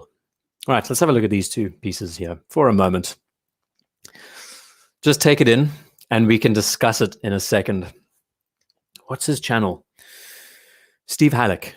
Steve Halleck from TikToking. I think that's his YouTube channel. I highly recommend you look at Steve Halleck from TikToking, because he talks about these kinds of pieces. And his videos don't get any views because they are just not the watches that everyone knows, understands, not the watches that many of us can afford. And this is when we can start really seeing high horology in its full stand. So, James, I don't know if you're still with us, but let's try and explain the story here. Now, James has had a hell of a year. 2020 has been one of those years where life has been quite something to cherish, I would say. The bug hit him really badly. He had to recover for over 3 months. And after that stint, said, got to buy my Grail watch. On the right-hand side, we have the Grubel 4C. It's called the Earth GMT, I think. And let's start by discussing this, because I've actually studied up on this piece. It's fascinating what they've done here, especially the tourbillon. The tourbillon is an area. He's still here. Fantastic, James. The tourbillon, I think, we know it's a very anachronistic complication on watches today. Blaine saying double flying. Yes, this one on the side is a double flying. We're going to look at that in a moment. If I had to choose between the two, I'd be taking the double flying, given the option. But an offset tourbillon. Now, what is the tourbillon made for? It was made for pocket watches by an English watchmaker, though Breguet says they claim the fame. When you're dealing with a pocket watch that's sitting upright in your pocket every day, the idea of the tourbillon is to counterbalance gravity to keep the watch more accurate. When you're working with a wristwatch, the tourbillon is kind of moot. Did I say that right? The tourbillon is rendered moot because it's flat on the wrist. You're not really counteracting gravity, so it's more of a decorative feature. Dealing with a tourbillon that is actually off-centered, is actually angled at a 30-degree placement, means that it is actually working as a functioning watch, a functioning component. Come on, dude, keep it together. A functioning component that allows the watch to regulate and be more accurate. So as far as I know, Grubel is one of the only brands that does an offset tourbillon in this way. I love that feature more than anything else on this watch. On the left-hand side, we have a second time zone. We have the full time dial here. We have running seconds. And on the far right, we have a power reserve. The Earth feature, full three-dimensional Earth, that you can either, using this, there's a button on the side here that you can use to synchronize your reference time. You can synchronize it to a completely different time if you want. And I just find it fascinating that you have not a bezel to look at, but the Earth itself. So judging where you are in the world, you can see that it's probably 9 in the morning or 10 in the morning in Europe, say. And so it goes. It's a much more engaging way of viewing the GMT complication. Fascinating. Absolutely fascinating. It's a very big monster. I think it's like 44, 45 mils. I don't know. But then having a look at the left-hand side, this is just when it gets ridiculous. Quadruple tourbillon with a. I love how this has been arranged here. Reserve de Marche. I haven't studied up on this watch in particular. I found this to be quite the fascinating talking point. But again, a quadruple tourbillon, something that you don't see very often. It takes the art of watchmaking to the next extent. And I hope to talk about these watches in the future. I think aesthetically, design-wise, there's lots of things to appreciate here. Just when it comes to finishing and detail, we know that the higher you go in these realms with watchmaking, the more you see just how clear the dials are, how much more detail has been put into every element. And he sent in a few more shots of the Earth GMT that we can have a look at. So the three-dimensional form, again, you can see that from the side, you can enjoy the Earth as well in that position. Yeah, there's so much to take in. It's very difficult after just looking at dive watches and sports pieces. Yes, the globe moves a full 24 hours. The globe will do a full rotation. So very true to timekeeping. And again, if you wanted to adjust the GMT, you hold that button down and you can adjust the time and keep the Earth set and not have to worry about revolving the Earth. There's so many little factors. Great model, quite the Grail piece. I find it very interesting that this is James's Grail watch. Mark says, stop the show now, pointless going on. Yeah, I mean, it's definitely an outstanding model. Don't worry, my favorite of the show is going to be coming up in a second, thanks to Megan. I don't know if she knows that this watch is going to be featured, but it is my, we're going to talk about it in a second. It's an absolute dream of a watch. It's a Moser. I think most will probably know what I'm talking about. The offset tourbillon. Fascinating. I'd like to know more about this watch from James and why this was the real piece that spoke to him. I know he's been hunting for this watch for years and years. Size-wise, Doug is asking what the size is. I don't know. I feel like it's 44. Max saying, I hope my Seiko 5 is not next. Max, I don't know if I got your submission, if I'm looking at your name now. Don't worry, it'll be saved for the next show. Going to move on next to Megan's submissions. She sent in 3. I have never heard of this name before. Angelus.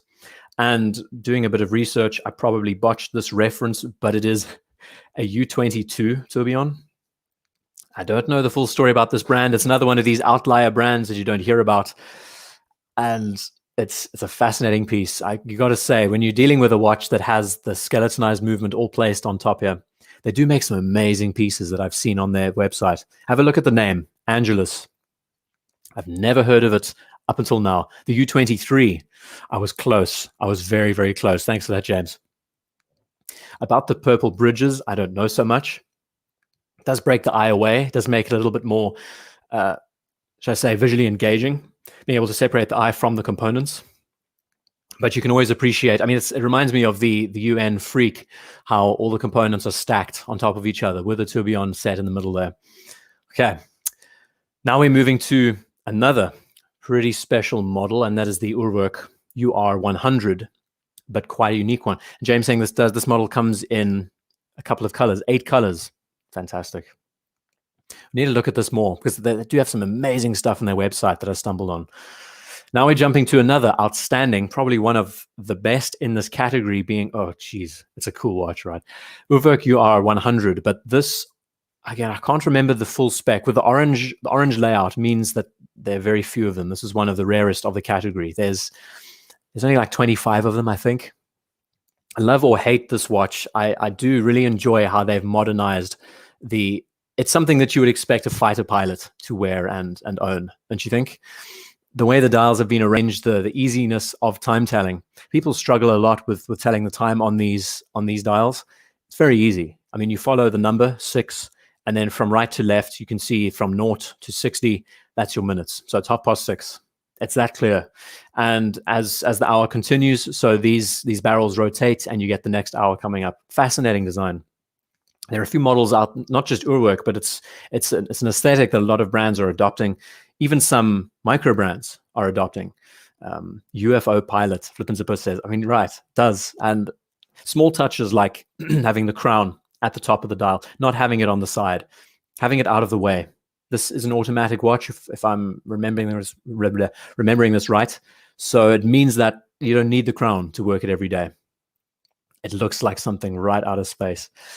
But this next watch is very much the hero of the show for me, and I've been trying to get my thoughts together about why I love it so much. Stealth Bomber, Hans does, right? SR71 definitely has that kind of speak to it. And the orange accents just talks about 80s, you know, the case and everything there. Right, next up, my absolute favorite. Now, this is Megan's piece. This is one of the best pieces she has in her collection, and it is the Moser Endeavor Tourbillon Vanta Black. Why do I love this watch so much? Design is about getting rid of the superfluous, right? Getting rid of it's quite a juxtaposition. Actually, we'll mention that in a moment. Since we were talking about tourbillons a second ago, tourbillon in this case is kind of superfluous. It's all for presentation, but you know what I mean. Design is about getting to the clearest result as possible. And to me, when we talk about the purity of a dress watch, this is as good as it gets. I love how Moser has taken the idea of looking at classical watchmaking and influencing an organic approach around their cases, their forms, the details. It's absolutely mind blow. The Vanta Black, I think they only made like 25 of these models. Sorry, I hit the mic. They only made about 25 of these models, so they are quite rare, could say. But everything about it, just the stealthness, the understatedness, it's a watch that is captivating. You have to be good at telling the time too, which I think is also good. But again, I want to try and emphasize that when we talk about design and reducing right down to the purest elements, this has not only a very plain dial. We do have some that don't have tourbillons. You do have variants out there that don't have tourbillons to their dials. This gives you a bit of play. You can actually enjoy the watch working and moving. But I think just the absolute simplicity of having hands to tell you the time and nothing else speaks a completely different language next to watches that we see. And Mark, you're probably right. I mean, these watches could definitely end the show. I should have featured these at the end, but you know how it is. Absolutely beautiful, jaw-dropping. I would probably put this watch on a Tropic strap and wear it every day.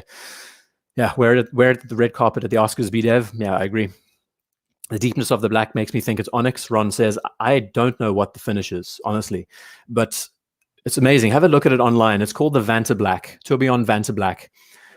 At any angle, you can never see reflection on this dial. It is so, I don't know how they did it. I don't know what finish they used. Maybe someone can clarify, but it's just an amazing machine. Absolutely amazing machine. From a design point, from the use of organic forms, also this classical influence, they have hit it out the park. This is one of my favorite Mosers they make, next to the modern Streamliner. BMW painted one of their cars in Vanta Black. Oh, geez. And it's like, so Vanta Black basically means that it's the deepest of blacks, the darkest it goes. Is there a button on the Moses light at the dial? No, there isn't, Zahira. No, there aren't any indices. It's the cleanest of clean. Okay, moving on next. Thank you for these, Megan and James. If you're still with us, absolute pleasure. The Variant says, please don't be me next. Okay, well, this is a good watch coming up next. I really like it from Freddie Turner. It's a English Smith's Benson. Beautiful little watch. Smith's Benson from the 1950s. Now, we know Smiths. I've spoken about Smiths once or twice before. And this watch is just true. So, as we know, when Smith started really becoming mainstream after the Everest ascent and all the hype around that, and their watch made it to the top, they started bringing in some incredible watchmakers. I think he mentioned in the description that JLC watchmakers came over to England, and for the first time, we were actually able to get Smiths fully made in England as an in-house brand. Now, this is a JW Benson, but it's using a Smiths movement. Great watch to follow, Mark says. I agree. I do agree. You see what I mean? Doesn't have to be stupidly expensive to be an interesting watch. I find it just fascinating. I love the hobnails. I love the indices, the pointed batons, 18 jewels. And if we jump to the movement itself, this is what the real claim to fame of the Smiths movement was. These were used in all the W10s, the field pieces out there. I love that it's been engraved. This was the final hurrah of the Smiths name before the quartz crisis, before all of that happened. And you can still find these watches out there. JW Benson, Smiths as a brand. Of course, Smiths, I think they were kind of in cahoots. Smiths was supplying these movements to these models. Yeah, absolutely awesome. I love it. I think it's like 33 mils. It's a really tiny monster. The other week, Freddie sent in that Vacheron with that gorgeous starburst dial and a very reflective dial. Beautiful machine. So yeah, got to say, stunning model, 18 jewels. But next up, we have a 321. And it's not the 321 that you think. I've spoken about these watches a lot. This is an Omega DeVille from the same time, 1968, that uses a 321 movement. You can still find these watches for quite a song out there. Speaking about the hype surrounding 321 movements, you get these. They're still out and about. And the DeVille was very much the more affordable variant of the professional. I mean, this watch kind of just skirted under the radar next to the Speedmaster after its success. I love that arrow on the tachymeter. That's fantastic.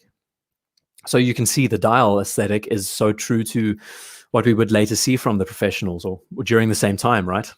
And to prove that it is a 321, it's always a pleasure to enjoy the movement in its full glory. And there she blows. Gotta love it. The 321 complication, I just think the engraving is amazing. I love hand engraving. This is what all the fuss is about. Everyone is going ballistic for the 321 complication and the new stainless steel Ed White variant.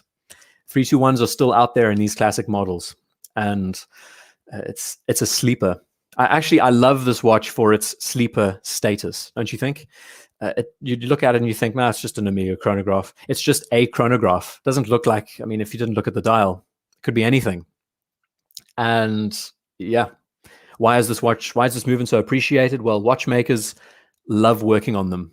That in the truest sense is the main reason why they are so loved and appreciated, is because any watchmaker out there knows exactly where everything goes. Competence galore. You can basically break up this so easily looking at it. The presentation is very understandable. There's your column wheel sitting there nice and clearly. All your dividing gears, large balance, fully adjustable, beautiful machine. So yeah, we'll see what's going to happen to the 321 and how popular it's going to become. How popular it's going to be, should I say. I mean, the prices of those new Ed Whites are going skyrocket crazy. But I love this watch for the reason that it's understated. It's not something that people would even know has the same movement that's become the talk of the town for the last few months.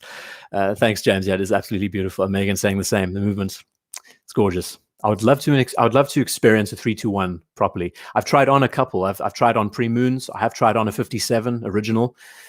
Amazing. If you're in London, Somlo, which is an Omega verified boutique. It's one of the entrances of Burlington Arcade. Highly recommend. Is it Burlington Arcade? Highly recommended if you get a chance, because they have a huge selection of 321 models, and you can just enjoy the evolution. I had such a good time of being able to experience the pre-professionals, Ed Whites, all the way through to the moon landing models, and yeah, gorgeous. Okay, Freddie, thank you as always. We're going to jump next to James, another James, with a Tudor Black Bay 58 GMT, not a 58. See how common it's. That's a Freudian slip. I'm going to take a shot for that one. Whiskey time.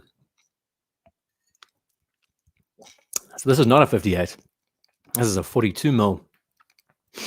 Good God, that Glenlivet is strong. I'm drinking it neat. It's probably a bit of a mistake. One of those rushed decisions that you make in life, you know. As Zahir is saying that this is one of those movements which look organically beautiful. Sorry, no need for extra decoration. I agree. Never built for decoration. It was just built to work. Really just built to work. 41. Did I get that wrong, Micah? Thank you. 41 mil. Now, this watch has really kind of disappeared off the map after its release a couple of years ago. All the attention is now moved towards the 58s, the navy blues. But as far as an everyday wearer goes, this is probably a much more competent example. Thank you, Andreas. Yeah, I botched that size mistake there. So we're talking about a Pepsi variant here, and there was actually mention in yesterday, Thursday's video, about the 3 models that I reviewed, that this would make such a more practical everyday wearer with a date complication. You can use the GMT bezel as a timing bezel. You just change the numbers to 5-minute markers instead, and it's pretty easy to calculate. And happy mistakes are the best. Yeah, right. Not when my voice is at stake. I can tell you, whiskey on a voice can ruin it for me. Remember, I speak marathon. My speaking marathon lasts 3.5, 4 hours at times. So I just thought about it the other day. We've done 18 episodes of this at 3 hours a pop per episode. How many? What? It's like over a day of listening to me. Can someone do the calculation, please? Let's assume that we've done 19 episodes of this. Multiply that by roughly 3.5. Yeah, 3.5. What is the result? How many hours have I been speaking? I would love to know. And how you can actually sit around and listen to me speaking, I don't understand. It's something I will never be able to fathom, but it's appreciated. I gotta thank you all for being here. Right, and talking about 39, yeah, I mean, there's talk about this watch getting the Black Bay 58 styling and effect, but then it would drive the attention even further away from this model. So there's a bit of a catch-22. Can't wait until the singing stars, Duke says, yeah. 57 hours. You're kidding me, right, Neferion? Days that we will never get back. Oh, Mark, that gave me heartburn. That cut me deep, really. Okay, James, I gotta love it. I mean, this watch, I think you mentioned that this is a recent pickup that you got. I love that comment, Mark. Thank you. Days we were that's probably one of the best comments of the show, I think. I love it. This is a recent pickup, I think, and he's been enjoying the hell out of it. I mean, how can you not, as far as an everyday wearing watch goes? 57-hour power reserve, 57 to 63 hours. God, how do you do it? How do you do it? Whiskey probably helps. Okay, moving on next to Jason. James, thanks for sending this in to us. All 3 of these photos were contenders for the cover. And this is when I start battling with the inner demons about how to best get this going. Oh, God. Okay. This was the final. This was right next to 73 Math's submission of the El Primero. I was so close to using this as the cover girl, should I say. Why? Look at it. Why didn't I not use it? Well, it's blue. And I've featured blue way too many times for covers. And that's honestly the reason why I didn't choose it. But as far as a photo goes, you can't get much better than this. The light play, it is just absolutely sublime. So 36 mil variant. This is the truest date just out there, I think. There's very few that, of course, the 41 is a good example. Aesthetically, match the sleeve. I know, I was going to mention that a second ago.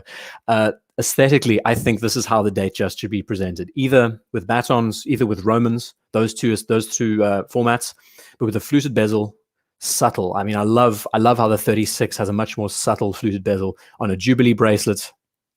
It's the full package, man. If you want a date just, regardless of the color, this aesthetic, I think, is just true to form. Eric Bell saying, and that's why Rolex don't use AR on their crystal, only on date magnifier underside. God, there was such a good point made by NS something a couple of months back, saying that something about the reason why is because the owners want to see their reflections on the crystal. I found that so hilarious. When the way he worded it, he has a bit of a bitter taste when it comes to Rolex, so it was funny. But yeah, it's a very important aspect to mention is that many probably don't know this. They do use AR on the Cyclops. Makes a big difference. Sadly, they are not interested in doing that on their crystals in general. But I guess to each their own. You know, to each their own. Such a beautiful shot, regardless of the watch on the wrist. I think this photo just captures the lighting. I mean, this is looks like a windowsill. Oh, but hold on, it gets better. Here's another shot, Datejust on wrist. Another excellent contender for the cover photo. You know, just awesome. He has a wrist similar to mine, I would say. So 36 mil just sits comfortably. And I think it's important when it comes to me measuring a watch for my wrist, I think it's something that you can also take in. Lug length relative to the width of your wrist. I love it when lugs don't exceed the full wrist.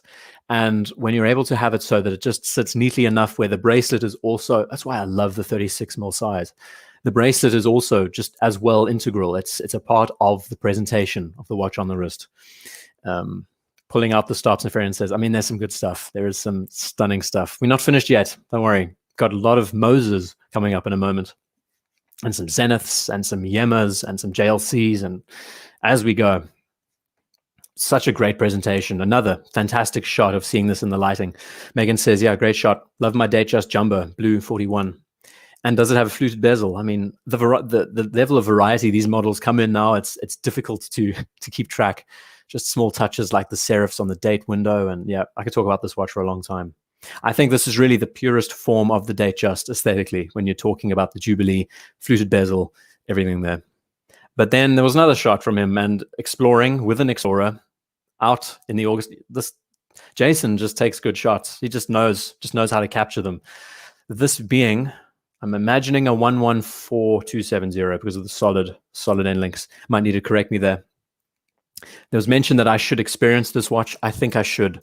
The only divisive elements, I find these numerals just aren't up my alley next to the 1016 format. Oh, it's a charmer. And the photo again, contender for cover. You can see why. Yeah. Come to Belleville and see why. If there are any South Africans out there, I think you might get a laugh out of that comment. Come to Belleville and see why. It is a 114270. Lucky guess. And Megan saying that it is a fluted. Yeah, I mean, I think it just screams Datejust in the purest sense. Zahira asking me, what is my opinion on Cyclops lenses from a design point of view? To me, it ruins the view. Yes, I'm someone on the same kind of plane when it comes to Cyclops lenses. I like the fact that it is very true to Rolex's DNA now. It's like the Seamaster with skeleton hands. It's the recognizable element to the watch, right? But then it does break up the dial very much. It's also just practical. It's easy to use and read. On certain models, the one watch that I always return back to is the 1655. The Cyclops just adds to the quirkiness factor, and it feels more integral in that watch because it's a purpose-built tool. Yeah, we can definitely debate on the Cyclops lens until the end of time, but Rolex will never change. The story goes that Hans Wilsdorf got a raindrop on the crystal and came up with the idea. Quite genius. And just design-wise, I don't know. I mean, Panerai has a very nice approach of a rounded Cyclops instead of these sharp edges to it. When it comes to a failure point, these can be chipped off quite easily if you're not careful. And yeah, I mean, we can talk about it for days on days. The Explorer is just great. No date, no complications needed. Yeah, gotta love it. Gotta love it. Russell's joining us. Welcome, Russell. We've seen a Lunga Odysseus already, would you believe? Zippo's saying, give it a few years, you'll become an old fart like the rest of us and appreciate the Cyclops. I mean, I could see the merit, fully see the merit. I'm not someone who loves date windows on watches in general, but when it's done tastefully, fully. The 1655 to me is one of those watches that deserves a Cyclops, which is just a crazy monster. Moving next to a micro brand. I don't know if you've heard of Boulder before. I found this a fascinating model. The first thing he mentioned in the email was it reminds me of a G-Shock.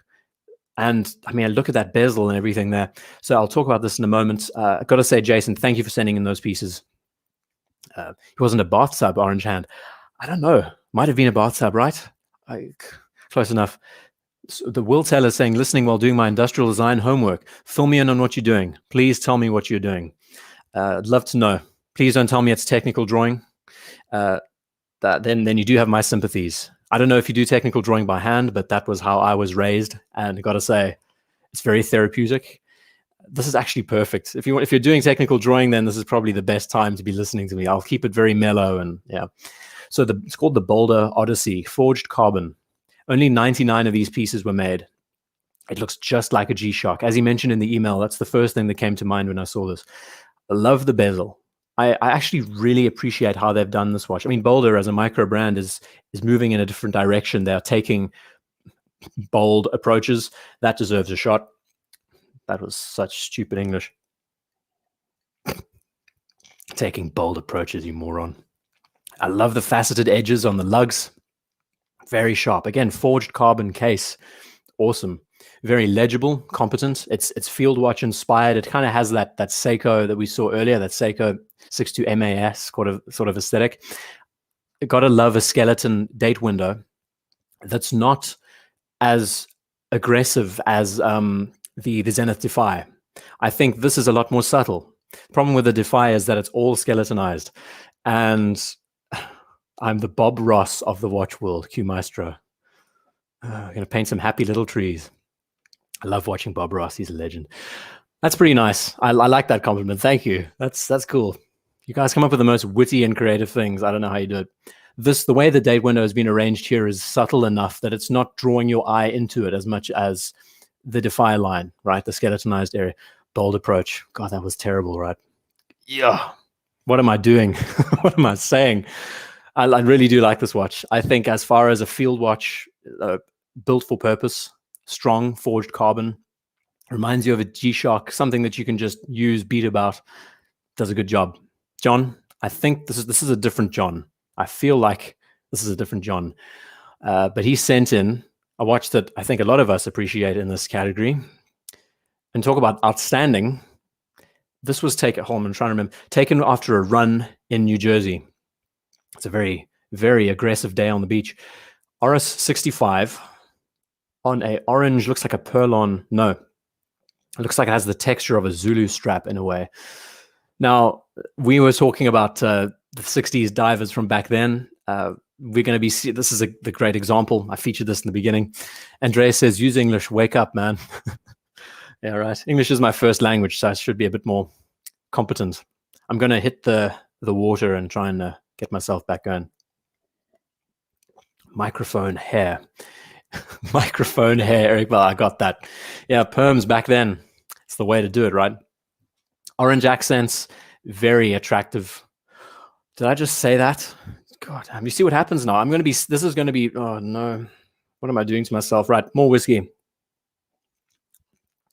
I can't believe I just said that as well. Very attractive. I got to collect my thoughts. This is going to get bad. This is going to get worse. Outstanding. I like the theme of outstanding because you're dealing here with an orange strap on a watch. It's something that definitely does stand proud next to many other pieces. And the aesthetic of this watch never gets boring to me. It's a joy, such a joy to look at and fun. This has become my beta watch now. Putting it on a black Phoenix NATO. That's it. Right, John, this is John with an H. We're now jumping to John with no H. John with an O and an N. Okay, next up. I love this shot. So this looks like, and I was looking at the car first. This is a Panamera, right? I don't know if, I mean, the new Porsche Taycan looks very similar to this, but I feel like this is the Panamera. And John picked up a Zenith El Primero Espada. This is not a watch we see often. Can you believe I actually said that? Very attractive without even thinking about it. Orange always gets me, Megan. Yeah, I mean, we got to love our oranges, right?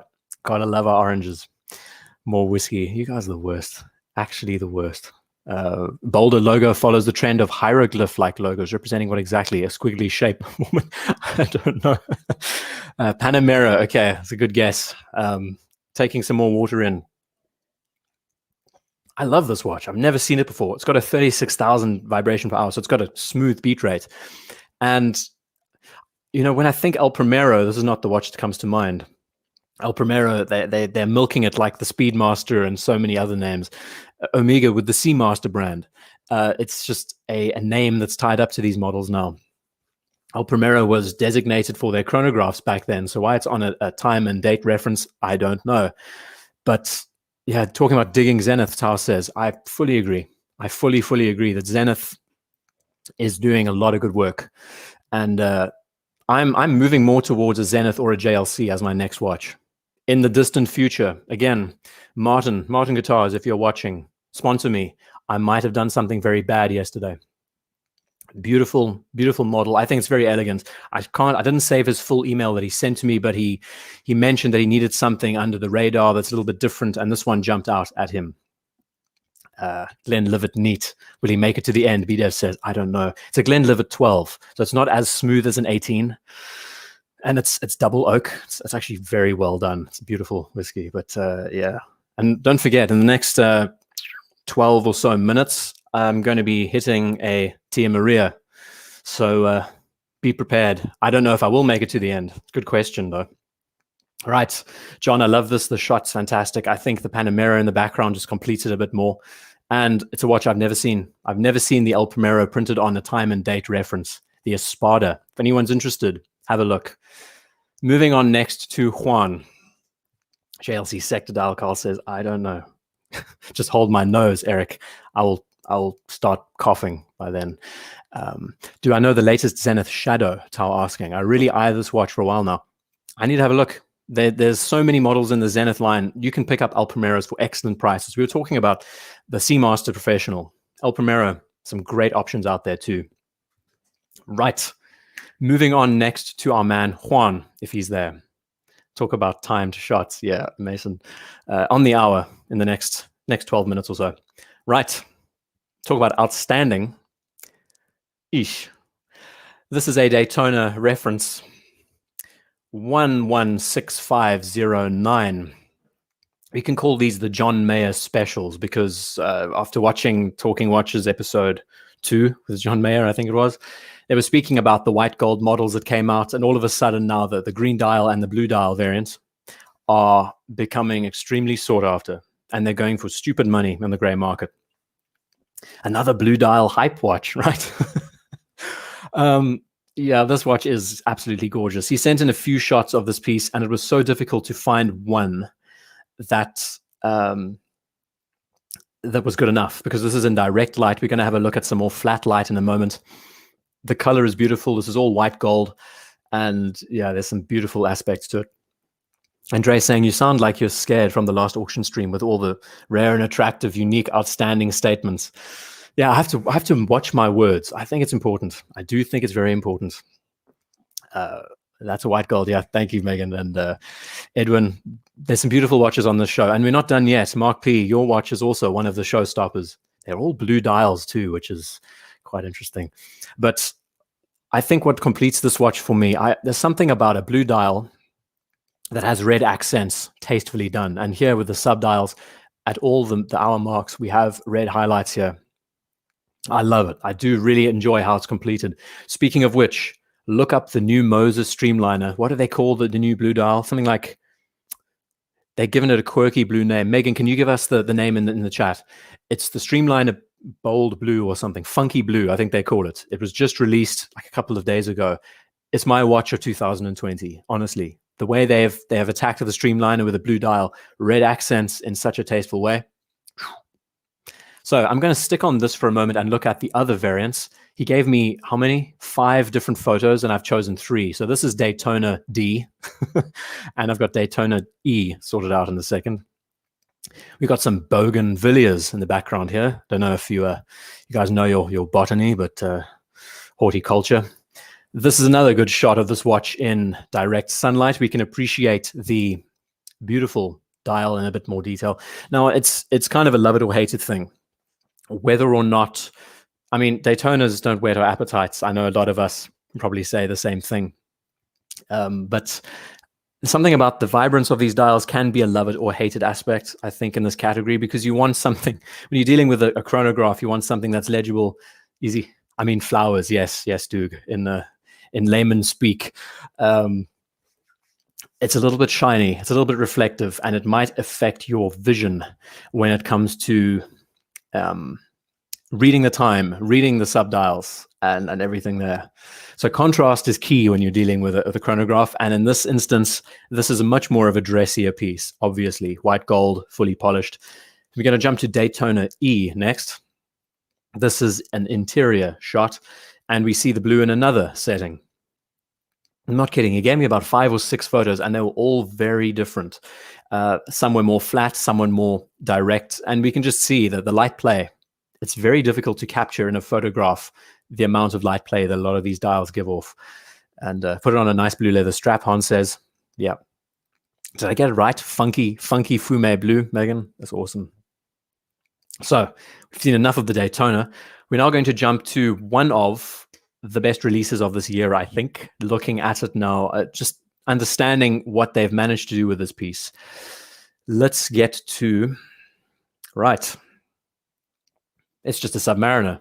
No, it's the 124060. This is the latest reference. Now, interestingly, I was chatting to a certain someone on the phone yesterday. He's still watching us, I don't know. And we were talking about the differences between these two models and how the earlier references, the 114 next to the 124, the 114 wears better for a bigger wrist. The proportions are a little bit easier to deal with the more squared off case. You're dealing with a watch that has more wrist presence. This being the next generation in, we have tapered in lugs. We have a wider bracelet, which feels much more complete for the smaller wrists. I'm sure most can agree. What I've found so fascinating about it in hindsight, in retrospective, is how they've managed to do so much with so little, really. A subtle rearrangement of a few parts, and you now have a watch that looks more in line with the original 40mm models from back in the day, even though this is a bigger piece. And they just addressed all the little things that people were questioning, like the 21mm bracelet and getting the taper just right on the lugs, where it's not overly done. It still is a super case, but it's not as super. It's not as steroidally large. I guess the easiest way you can differentiate is that the 2020 models have Submariner in a bolder white text, I think. Great looking model, and he did send in another shot. Just bear in mind that this watch, they call it the 41, and I think it's like 40.7 mils or something. Yeah, it's an interesting piece. This doesn't have anti-reflective coating. This is just blue sky in the background. Juan always sends in cool stuff. I'm going to have a look at another Zenith in a second. Hitting more water. Oh, geez, 5 minutes to go. How am I going to cope? I've got to get more oxygen into my bloodstream, try and disperse the alcohol in my system. Right. Sub 41. Nice piece. Right size for his wrist. And that's the thing. I mean, they really have addressed it in such a way that makes it a bit easier to wear for us with skinnier wrists out there. Okay. Going to move through to the last shot from Juan, which is a El Primero. We haven't seen this. This is more in line with the El Primero you would expect. El Primero PVD. I didn't get the full name. I probably botched the reference, but this is, I think, a 42mm model, judging by the date window at the 6.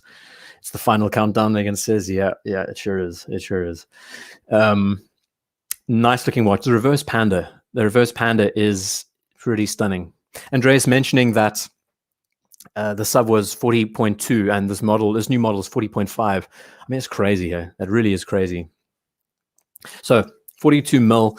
There's something really nice about having the date centered at the base, which is clean. The overlapping subdials is kind of a love it or hate it thing, I think, in this category. The reverse panda is so easy to read, though. Really is nice. The piston pushers, as Clam said, I mean, they do look just like pistons, right? He did what in this cup? Moving down to the tachymeter, the typeface is very clean, and this just reminds you of Zenith. They have their own unique typeface, all in all. Really, really sharp. And we move to the movement, and this is why you get these watches. I think there's something so special about the El Primero in general, that all of them have clear case backs that you can enjoy. And I mean, the Zenith movement, The El Primero movement has been a real cornerstone element to so many brands out there, still used today. It's actually insane I mean, I would love for someone to just categorize how many times, how many brands and makers have used this movement in the past. It's nuts. I think we would be sitting here for a lot longer. Nice Europe reference, or Project MGR. I don't know what everyone's talking about. Joey Tempest. I don't even know what that is, Eric. I'm losing the plot here. Tag me in the chat if you want to get my attention. Hopefully I'll be able to see it a bit easier. Yeah, I don't know. Right, gonna move on to Chrono Craze next. Chrono Craze is quite the chronograph, the chronophile, we could say. And this is not a chronograph. This is another one of these Prospex 62 MAS inspired models. I'm not the bomb, Reed. Thank you, though. Very appreciated. So this is a reference SBDC 105, and it's a cappuccino dial with a gilt set. Something well worth your attention. Look at the bezel. We had a look at a pretty standard model next to this earlier on. Is that what it is? A Marine Master 200? Oh, God, I don't know. But really like this. We talk about tropic dials and everything here. We have quite a good example. We've spoken about the 62 MAS aesthetic. I love the loom as well. These Prospex models are becoming so popular. And excellent pricing. I mean, these are top of the line movements that they put in these watches, I think. And this was I think it was a limited edition. They're quite rare. Quite rare. Another shot, ladies and gents. Fuck it. This is so bad. Quite rare, he says, knowing full well that he's not allowed to say that. It's only going to get worse. You realize it, right? BGW, I don't know what the loom they use. Probably their proprietary in-house model. It's a very nice watch. I got to say that the way they've done the lugs, again, pure tool watch. Really enjoy it. Really enjoy the aesthetic overall. I think this is on a mesh bracelet. He sent quite a few shots in. I saved 3 because, 3 is a crowd. And it's just gorgeous. This photography is always rare and attractive. 73 MAF. Yes. Right. Mark next. Talking watches. He sent in a lot. So let's try and get this right. We are jumping to lots of Moses next. Hold on a sec. Chrono Craze says, what action is more satisfying to time an event? Turning action of a timing bezel, snap of a chronograph pusher. I love a bezel. Yeah, same with you, Chrono Craze. I much prefer a bezel. It's satisfying. It's easy to do. It's there. It's you can set the time. The difference between the bezel and the chronograph is a count up.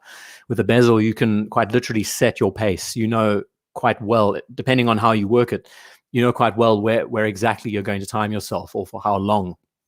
I like that element a lot more. You have a bit more control over the watch that way, Love these shots, Chrono Craze. I should have featured a lot more, but yeah, as it is, got a motor.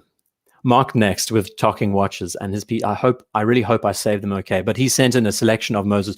Now, Talking Watches, if you're still here, he has a YouTube channel, and he's reviewed all of these pieces that we're going to look at.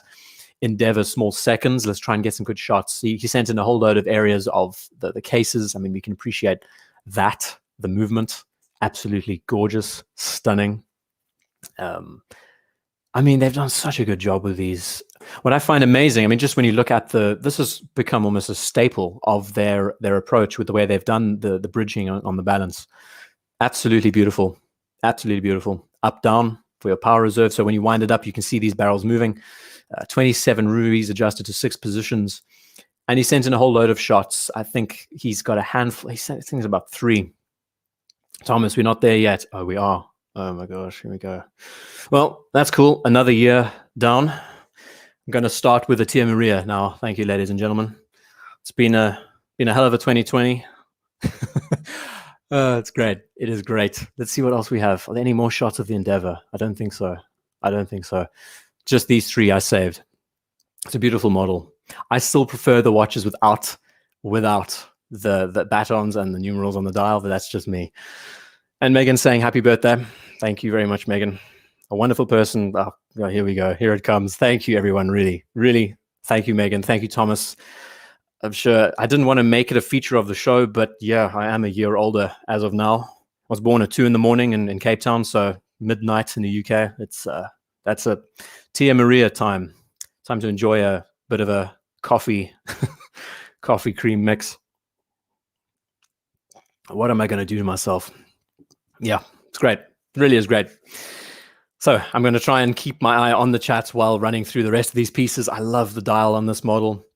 This is a rose gold. You'll carry on through to the next. This is the Heritage Centiseconds. Now, everyone talks about this watch. It's becoming so popular. It's one of the most favored, I think, in the category. Oh, really, Tao? I tell you, November, late November babies, we're popular. Born at the same day as your mother. Well, got to say, we're a special breed out there. Thank you, everyone. Really, thank you, thank you. Don't know about so much about party time, but come tomorrow, I think it's going to be today. I should say it's going to be pretty bad. I'm going to be getting lots of phone calls, and yeah, I don't know what's going to happen. Time to buy a real watch. Rolex. Ethan says, I've just splurged on a guitar yesterday. I decided enough's enough. I've got to get myself a D28. So I've done that. Don't know if anyone knows guitars, but yeah. Thank you, everyone. Really, the chat is going ballistic. It's an absolute pleasure doing this. I wanted to be subtle. I didn't want it to be out there for everyone to know. Outstanding, I thought would be a nice way of covering the theme. Thank you, Junior, really. Yeah, so it's good. Today is going to be a good day. And I hope you all have a superb Sunday as well, wherever you are in the world. So let's just chat about this model here. What I find fascinating about what Moser does with their cases and their flanks. Many happy returns. Thank you, Lefroy, really. Flippin says drink. I will. Don't worry. Be good. I'd really enjoy how Moser evacuates their lugs and their cases in such a way that has become very unique to their identity. You notice here, we're going to see the Streamliner very soon too. It's such an elegant way of just jazzing up the case a lot more. And these, like, we could call them grills almost, semi-grills. It's a very charming watch. Let's look at some more examples. He sent in quite a lot of photos. Hope the quality is okay and you can see it fine. So this watch is very much inspired by those pilot watches of the 20s and 30s. They're beautiful Mosers, Megan. Yeah, I agree. I hope you don't mind that I shared your tourbillon without you knowing. It's my absolute favorite of the show. I think it's absolutely charming. I think this is a 42mm variant. Guitar string fun, BDev. You have no idea. Good God, they're expensive. Hey, I'm going nuts. Like I've just bought a set of prime tone Jim Dunlop picks, which is going to be awesome. I got to restring the sucker when it arrives. D28 reimagined. I haven't played an acoustic guitar in 4 years. 4 years. So I am so looking forward to it. I can't tell you enough. It's going to be the best therapy for me over the course of December. I don't know. I'll ask you all when I run the show if you would like to hear some acoustic playing before the show starts. I don't know, for like 5 minutes, just to get us in the mood. Maybe we can do requests. That'll force me to practice a lot more. But a Martin D28, this, and actually I want to focus on this for a moment because we're coming to the end of the year, and I'm so fortunate, and I really appreciate all of you being here and being a part of the shows. These shows wouldn't happen if you didn't do what you did, sending these in. And yeah, it's a time of reflection for me. Huh? I never thought in my wildest dreams I'd be owning a Martin D28 or an Omega Seamaster. It's been a hell of a year. And it's appreciating those small victories in life. I think that's so important, considering what's been going on this year. This time last year, I was in a very different headspace. I can tell you that much. So it's been a hell of a time, gotta say. Rain song and standard tuning, I will definitely do it, Eric. Absolutely. It's probably the best thing I could do on an acoustic for everyone to listen to. Yeah, let's talk about this watch some more. So very 1920s pilot inspired. I just love how they've done the numerals and the script. What makes Moser so nice is that they don't put any superfluous details on the dials. No meter ratings, no nothing, no automatic, none of that rubbish. Just the name done. Beautiful model. And now we're jumping to the Streamliner. This has been Mark's favorite piece that's arrived, and I'm sure Megan would attest to this, that the Streamliner, standard Streamliner now with the green Mamba dial, emerald green dial, these are 40mm. A much more wearable size next to the Streamliner, which is more 42. ID Klein says, I'll mail you my Taylor. You know what? I could do a guitar review. How about that? D28 versus Taylor 512. I'm all for it. And Blaine saying Flight of the Bumblebee. Yeah, I'm not that good. Jeez, like that would absolutely kill me. Absolutely kill me. That would be so much fun, I tell you. I can't wait. playing an acoustic again after so long, because I've had university and studying behind, so it's been very difficult to focus in on guitar playing again. The best I've done is, rebuild my Fender, but that's about it. Drop D. I can definitely do some drop D. Right. So this watch, absolute charmer, and the movement. Again, we're talking about the balance bridge and how it's done so well with it. It's just automatic. There aren't many automatic Moses out there, right? Wristwatch experience. Son loves guitars, burns through strings. Thank you for the super chat. I can't wait. I'm gonna keep talking about guitars now for the rest of the show, which is bad. I don't want to do it. But who needs a watch when you have a great guitar? Gotta say. I love these photos, are amazing, by the way, Mark. Thank you for sending them in, really. He has a YouTube channel. Highly recommend you check it out. He discusses these in a lot more detail, hands-on time. I'll put his channel in the description. I hope it should be 2 words, right? Talking watches. Have a look at his YouTube page. He has reviewed these watches at length. This is such a fantastic shot because we can appreciate how the clasp works, what the case looks like, and Moser is going from strength to strength with their sports models, I think. And the real nail in the coffin is this latest Streamliner funky blue dial. Absolutely. It's the win. It's such a winning watch. I'm interested in the perception around this and what people think about how they've done this model. I find it to be very classically inspired in a way. The racing track speaks to more of a 70s aesthetic, as does the case and the bracelets. I need to hit more whiskey. I'm not drunk enough. The batons, on the other hand, highly reflective. I mean, the only downside I would say about this watch being a sports piece is that you don't have lume on the batons and the hands. I think Megan would be good to explain the watch a bit more because she does own this piece. The only downside I find with this, what I would love from this watch in particular, is lume on the batons instead of just the hands. But I guess since you're dealing with Moser, they are quite big when it comes to minimalism and their approach. Of course, you're getting these. Oh, geez. Of course, you're getting these watches for the dials. And here is. I'm going to leave this on the screen for a while. You can appreciate it. Flippin' Zipper says we need an ID guy. Thomas Burnett music collab for sure. For sure. I would love to do it, Thomas. If you're still with us, Goose, are you still with us? Maverick is flying solo at the moment. Megan mentioned that I love my Streamliner with the green fume dial. It's a beautiful watch. Forget Rolex when you can have Moser. And that's it. I'm sitting in this ballpark where I'm thinking, sitting in this zone. The Tia Maria is obviously doing something to me. I'm sitting in the zone now where I'm thinking, should I just skip Rolex and jump to the bigger names like the JLCs and the Mosers? And God, we're talking stupid money, but a lot of fun. Gotta say, a lot of fun. That dial is awesome. Really is awesome. I'm very interested in seeing how they expand this line over the next few months, few years. We got some more from Talking Watches. Taking another hit of the Tia Maria.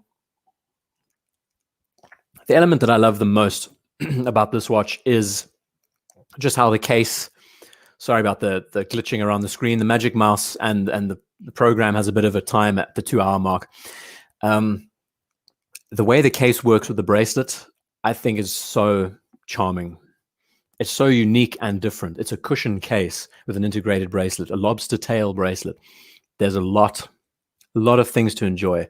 But we're not done yet. Talking Watches sent in a few more bits and pieces here. And finally, we have a submersible 959. I think of Porsche when I hear 959. And I don't know the full story. I think it's a titanium. I think it's a titanium variant in this category. I don't know all of that. But navy blue elements. Who prefers? Actually, let's put it to a vote. Did I say unique, Andreas? Goddamn. I'm a moron. Right. You see how bad it is. You see how it's stainless. Thank you, Talking Watches. You see how bad it is. How these words slip into your dialect by accident. Most high-end watches don't have lume. Yeah, I agree, Megan. And that is very much Moses' calling card. I don't think they have any watches in their category that has lume apart from this model with the lumed hands. If I'm right, I don't know. So let's put it to a vote. What do you prefer, ladies and gentlemen? Do you prefer the Radiomir or do you prefer the Luminor? Let's put it to a vote. I will start the listing off. R for Radiomir, L for Luminor, go. What do you prefer? They both have their merits In my case, I love the radio mirror because of the Arabics, of course.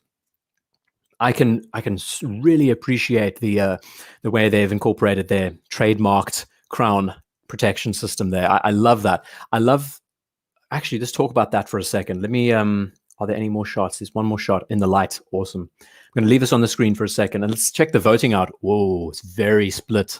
The Ferion says N. We're talking about none. Let's see. R's, quite a lot of L's. Luminors, Radiomers. Wow, it's kind of 50. Oh, the Luminors. It looks like the Luminors have it. Junior Johnson, rare and unique. I think the L's have it. So the Luminors are more appreciated than the Radiomers. Very interesting. I did a video like 2 weeks ago, I think, about screw-down crowns. And should watches, why don't all watches have screw-down crowns? It was a brilliant question that came in. Megan says, you have this exact watch. You love blue watches. I mean, don't we all, Megan? I agree. The question about screw-down crowns, and such a brilliant point was put in about how this watch doesn't have a screw-down crown, and the technology that goes into this is kind of superior in a way because you have less failure points. You're not dealing with anything that's really going to wear away with time. And I kind of love it for that reason. It's a very interesting mechanic that this has to it. As for the colors, I don't know so much. I don't know if they speak to everyone here with the gray contrasting with the blue. I don't know if these are limited editions. But the submersible, the Luminor in general, with its layout is quite charming. Gotta say, quite charming. Subdial at the base here with the date. Also, always appreciated that the date window matches the dial. I mean, it's something that's obvious, but they don't do it. Question is, how is Panerai gonna get its foot back in the door again? Sadly, it's a brand that has lost a lot of favor since the 90s, right? Question is, what's going to happen? And are they going to improve? Is it going to be, are they going to be focusing more on the smaller watches? You know, they were all about the big watch hype back in the day. Everyone loved the big watch aesthetic. Are they going to now tailor them down to 42 and below, even to like 40 and 38, and maybe people will jump on them again? I think all it will take is a watch like this to be featured in a couple of movies that people really love, and we would see quite a change. Who knows? It's difficult. I mean, there's some amazing partnerships that Panerai has with explorers, and yeah. Anyway, chatted about this enough. Talking watches, Mark, thank you for sending these in. We've looked at a whole series of endeavors, heritage. I think of all the watches that you've shared, I find this, the Heritage Center Seconds, to be one of the most captivating in this lineup. I love the Streamliner and its case and bracelet, but for a dial, this does have a lot of charm to it. Amazing. Pilot watch through and through. I'm going to carry on now next to Mark P. Where is Mark P? He's with us still. It's 12:15 in the UK and he's still awake with us. Let's try and get, hold on a sec. I botched that one badly. RAF. Right. So Mark P is an ex-RAF. He is an RAF man, and he owns a 6B Omega from 1939. Let me try and find, is there a better shot for me to use here? Hold on a second. This was right at the end of my submission listings. Okay, here we go. So we know the 6B Omegas from back in the day. This is commonly known as the Spitfire watch, and I'm getting lots of chats. I love this shot too. We'll talk about it in a moment. In the video, you didn't mention that Rolex developed the perpetual self-winding system in part to avoid the crown on the Oyster watch from having to be screwed in and out. Mason, I didn't. Speaking of which, I'm doing a bit of a collaboration video all about the Oyster Perpetual, and I will definitely mention it in the write-up. I'm working on that now over the course of December. Should be about early to mid-December will I launch the video all about the OP. I love to focus on that point. Thank you for that. That's really important. That's the issue, hey, when we're talking about crown stems and winding in crowns. This is an example here of a manual wound movement in the 6B format. Let's rotate it around. We all know what the 6B Omega is. These were supplied to RAF pilots. This is a 1939 variant, and the reference is 2292, commonly known as the Spitfire. This is from Mark P., who is very much a plain man. Plain as an aeroplane, not plain as in boring like me. So we have blued accents and elements. I mean, the review of the Smith's Air Ministry that I did a couple of months ago sums it up. But I love this shot. Let's try and get it again on one of the statues there. I think I'm guessing this is the RAF memorial, right? I'm not someone with much of an understanding of history here yet. I'm still starting to get into the shoes, but stunning watch. I love this. It's great to see a watch on the wrist. They should have actually, realistically, they've got all the headgear and stuff. This watch should have been featured on the wrist of the pilot, don't you think? I mean, this should have been cast with, it just makes more sense. These are so famous for their history, Battle of Britain and that whole story. Yeah, memorial. Thank you, Mark. So now we've got a movement shot. This is what we can appreciate. Omega and their movements back then, these were pretty much top of the line. You can correct me if I'm wrong. Did these come with anti-magnetic Faraday cages? You even have the original strap on it. That is so awesome. They didn't have stitching. They just riveted these things on back then. Yeah, I love it. I think they're about 33 mils. Have another drink. Yeah, I got to say, I'm slurring my words pretty badly now. It's okay. It's okay. I got to wake myself up a bit. It's oxygen deprivation. Got to tell you. Did I say something bad? Did I say one of the rare and attractive words? Tia Maria is very nice. Highly recommend a cube of ice and some cream, full fat in a Tia Maria. You're in good shape then. Yeah, gorgeous watch, gorgeous movement. And let's get to the real showstopper in a different sense. This is the only, actually, no, we saw Sky Dweller earlier. This is one of Mark's recent pickups. Mark has had a very interesting time with watches. How did watches? Sorry, is it here asking how the pilots timed these watches without hacking? I'm sure they had hacking seconds, didn't they? Didn't they? Good recommendation, Fisherman's Friends. I'm going to do that. I think I need it. Even if I don't, I think I need it. Tell you what, I'm surprised I don't have a sponsorship with them yet. So, Curtis, if you're still watching us, this is his dream watch. He's been struggling to find one, but this is the most desired of the Sky Dwellers out there. No hacking seconds, Mark. I can't believe it. Really? That's amazing. Synchronizing time back then. So he's had a very interesting time with watches. Very all over the show, as we all are, with deciding on pieces, finding where your love of aesthetics lie and what model speaks to you. This is the first time he's had a watch like this with the quote unquote flashy bezel. 42 millimeters Sky Dweller is kind of the creme de la creme when we're talking about what modern Rolex has done with their movements. He also sent in another shot with glare, a little bit of light glare on the crystal. I think the way they've done this watch in particular with the blue dial and the red accents, I mean, you know what this is about. I mean, not everyone needs to know the date and the day of the month itself, but it's a nice feature. It does. I just love how integral it is. It's been integrated so nicely into this watch with the dial. It's clean. It's not in your face. And remember that you don't need it. What makes this watch such a masterpiece, I think, from a movement. I mean, let's just talk about this, Ramon. We speak about how there are watchmakers out there that don't appreciate Rolex because they haven't contributed to watchmaking for a very long time. In a sense that they don't really innovate in these categories. They kind of punch out watches that are, I want to get this thing off the screen.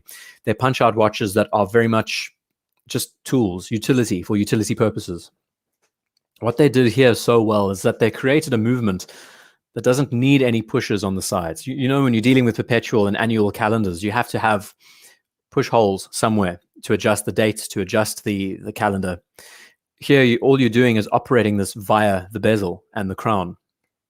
It's a hell of a complicated process. It's the most complicated watch they make, but it's pretty fascinating from a watchmaking point. And compared to the first generation of Sky Dwellers with the white window, which I found just very in your face, the fact that they've matched it now, and just small touches like they've skeletonized the hands so you can see through them easier, should I say.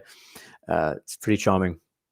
There's talk about this watch being too big for its size at 42 mils, but then you are dealing with a GMT complication here, so you might want to be able to see it a bit clearer. If it was smaller in size, it'd probably be, you'd sacrifice more of the batons on the dial, which is a bit of a pity. I'm interested, Mark, if you'd like to give us a bit of a feedback about this piece and what you think, how it's been wearing, how you've been enjoying it. Love to know, because this is definitely one of the watches that is really appreciated, respected, and sought after in the Sky Dweller line. The blue dial is the most sought after. If I remember right, it's white gold bezel It's a white gold bezel model, right? Stainless steel, white gold bezel. Mooseman says it's caffeine deprivation. Humans can't exist without oxygen. Yeah, I know. I don't actually have much. I only had 2 coffees today, which is pretty bad. The only caffeine I have left is in this Tia Maria, so I'll hit it now. Okay, carrying on next. Mark, thank you for sending this in. Very nice. Guys are laughing at Mark. It's great. Nice shot. I mean, they are amazing shots. And I didn't even zoom into the details here on the dial. So many little facets and elements here to focus on. It's a very captivating watch. It's definitely, I mean, compared to what Mark has in his collection, it's one of the flashiest, which is something that I'm sure he's trying to get used to. But yeah, as far as a very I hope Curtis isn't here, because this is the watch that he's been yearning for. If I did ask him if he gets the opportunity to get rid of the two-tone black dial, he would pick up this if he had the option. Right. Moving on to Max. Thanks for this, Mark. 2 coffees, 50 fisherman's friends. I love it. So now we have another vintage diver. I mean, how is it on a tropic strap? Right. So this is from Max. He is a geography student. Always appreciated having students watching these shows. I don't know what kind of education you get out of this, but as long as you enjoy it, I mean, that's the joy, right? Geography student, and this is the first vintage watch that he's ever bought. It was, buying vintage watches can be quite a minefield if you don't know what you're doing. And it seems like he very much has a passion for the Antarctic. I don't know where you're based, Max. Maybe after the show you can reply in the comments where you're based. But where I lived on the southern tip of Africa, I was one of the closest to the Antarctic, and have lots of friends who qualified in all sorts of geographical spaces, and they love being able to get on a ship and travel down to the Antarctic, and they kind of commute back and forth. Pretty amazing, actually. I've loved following their stories and their backgrounds there. And Megan, yes, he did keep the Sky Dweller. As far as I know, Mark did tell me yesterday, I think, as far as I know, he did keep the piece. So this is a Nevada. Did I get that right? Nevada. Got to say, I love it on the tropic. And he basically says when he sees this watch, it inspires him about the Antarctic, because it says at the base, Antarctic diver. Being a geography student, studying that side of the world, I can imagine, very captivating. It's like another planet, eh? I've really enjoyed studying the excursions, of, what was it, the Terror? The Terror is a great series, by the way, if you want to watch something cool. The whole theme of Arctic exploration with Ernest Shackleton and Edmonton, and what are the other names? There's so many others, but just the whole idea of that time period, them going to these parts of the world, and they were just completely alien. It literally is just a cold desert, then why not an Explorer 2? I mean, this could be the next step. Max, if you're watching, find yourself a Polar Explorer 2 as your next piece. You've got to. If Antarctic is what's calling you, then you've got to have that watch. It just sums it. Scott, yes, Hans, thank you. Isn't the southern tip of Africa where the sharks jump? Yes, Flip and Zipper, they sure do. It's the great white sharks in southern Africa. Same as Australia. Oops. Same as in Australia. They are evil bastards. Right. Thank you for this, Max. We're going to jump next to Mo, another blue dial. I mean, how are we going to get away from these things? Mo with a Yachtmaster. I said direct, as in direct blue light. How many? Think about it. We've seen Datejust 36 blue dial, Sky Dweller blue dial, Daytona blue dial, Yachtmaster blue dial. Haven't seen a Submariner blue dial. Yeah, talking about sharks, the great white sharks, they are ruthless for where I'm from. And the friends, I've got so many friends who surf, that's all they do. They live their lives in the sea. And it's such a risk. I mean, it's all well and good. Honestly, in other parts of the world, you're probably safe, but in Southern Africa, the sharks are ruthless. It's the worst, because the problem is we have a great seal population down there too, and they just bite anything that moves, quite literally. Take a piece out of you. Right. It's good to know that Mark did say that he has the Tommy sharks or pets. Yeah. So I'm missing you all in the chats later. I should try and focus more on the chats here. Lovely case on these. Are we talking about this model here, 73? I agree. I mean, we talk about the Daytona case being very polished and flashy. Before the newest models of the Submariners and those models that have just been released, this was the best way you could experience a 40mm watch if you didn't want the super case. I tape it in lugs. Don't know so much about the polishing. It's a little bit heavy on the dress side, but the platinum bezel you can't get anywhere else, which I really love. And the way it stands proud. The blue dial is captivating. The red accents. Isn't it amazing that the watches we've seen, red and blue, just work hand in hand together? It's amazing. Eric Bell's saying there are over 1,000 great whites in Gansbaai alone. I've been to Gansbaai a lot of times. Haven't experienced them there. I can tell you, spending time at Fishhook and Musenberg and Clifton, yeah, they're there. They're there. Danger Point. There's so, it's crazy. I mean, you're living right on a peninsula where you have Indian and Atlantic coming together, the two oceans on either side of you. So you can choose where you want to sit. And yeah, the sharks are ruthless. They're some of the biggest in the world too. Look it up. Cape Town, great white sharks. You'll be quite amazed. The worst part is the water is so murky down there that they just sit 10 meters underneath you. You'll never know. And they spout straight out of the water at you. It's horrifying. There's a great shot taken on a GoPro. I think they got an award actually of a diver with a GoPro in the water. It's so murky. You can't see them until they're right on you. Danger Point, that's a place. It is flippin' zipper. It's a very, I can tell you, Cape Town's a gnarly part of the world. Right, Mo, thank you for sending this in. You did send in another shot, but I did reduce it. I don't know why. I guess 120 submissions was bad enough. We need a bigger boat. Yeah. Jaws was enough to scare that out of me. Going into the sea, I did it very seldomly in Cape Town. It's fine when you don't have a surfboard. When you have a surfboard, you are such a target. From underneath, you look like a seal, right? Same with a boogie board and everything there. This was quite a late submission, but I just love it. Longines mechanical. Now, Pat is trying to work out the reference. Maybe someone could help here, but it's the 70s model. He's trying to find the reference, but he can't. I love the dial on this. There's something so amazing about this checkering TV style case. It's a manual wound. I think it's a manual wound piece, the oldest in his collection. And there's just so much about it. I love the dividing lines. It's typical watch of the 70s, you know, linen kind of dial. Vacheron, there's a great talk with Nick Folks and Vacheron Constantin, I think from last year, where they were looking at the fashionable watches of the 40s and the 50s. There's some extremely unique pieces. If you're around, maybe I'll comment something about it in the chat for you all. Vacheron Constantin, come on, drunken thumbs. Constantin and Nick Folks, hope I spelled that right. Have a look at that. If you probably drop that into the search bar, you'll be able to find the talk he has between one of the reps there. And they were just looking at these watches from back in the day and how creative, you know, the art of beautification was so big in the 50s, and it's a lost art today. Here's an example of a watch that expresses itself in a very unique way. I feel like these dials would be very popular if they were addressed well and right, if they decided to recreate them, you know. Right, carrying on with the chats. I'm missing you all here. They're talking about the Jetsons, Great White, Squale. Thank you, Mark. Always appreciated. I've mentioned that word so many times now that it doesn't affect me anymore after those months ago. Right, Pat, always a pleasure. Maybe someone can help with this reference number. Longines was a top brand back in the day. Yep, they still make great watches. They do. They're in their own camp next to the other makers, and I gotta say I love their reissues.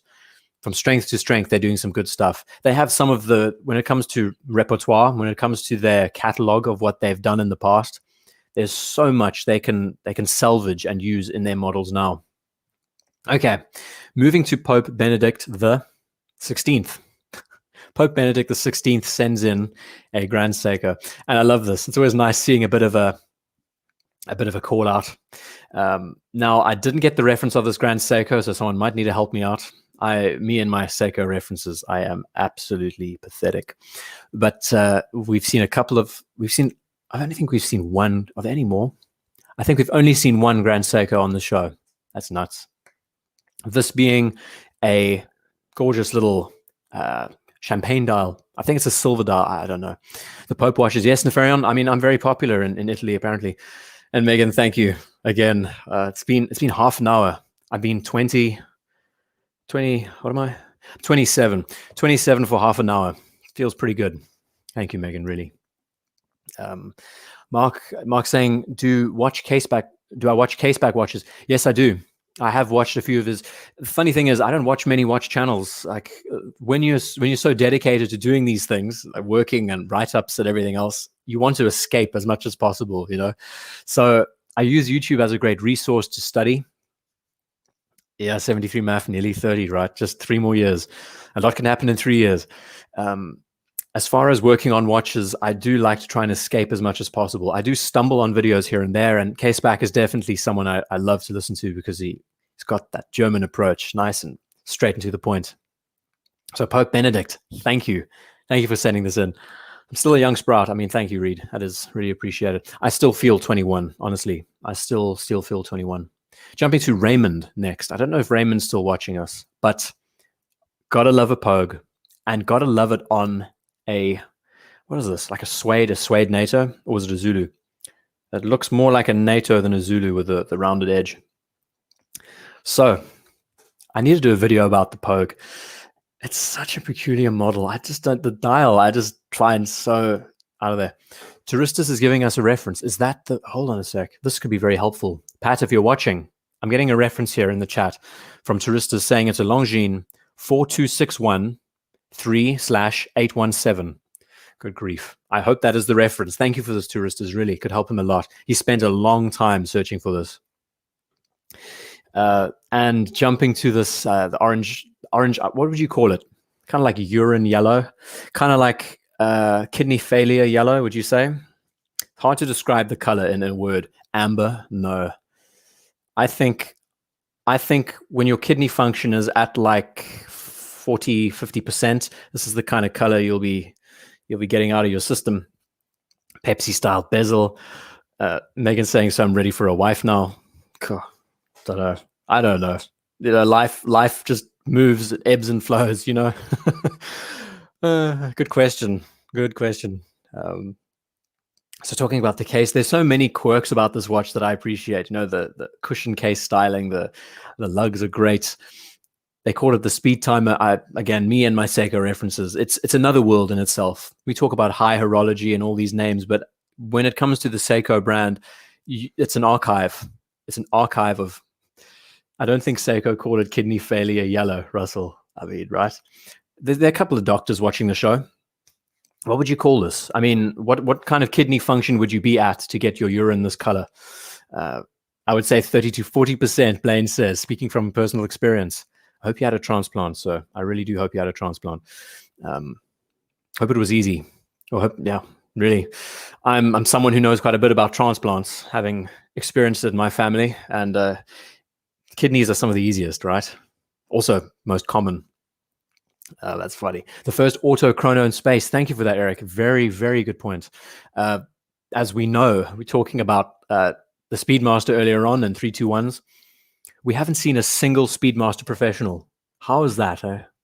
There isn't one that we did in the beginning, the Alaska project. Fisherman's Yellow. God, these are going to be good. Colonel Pogue.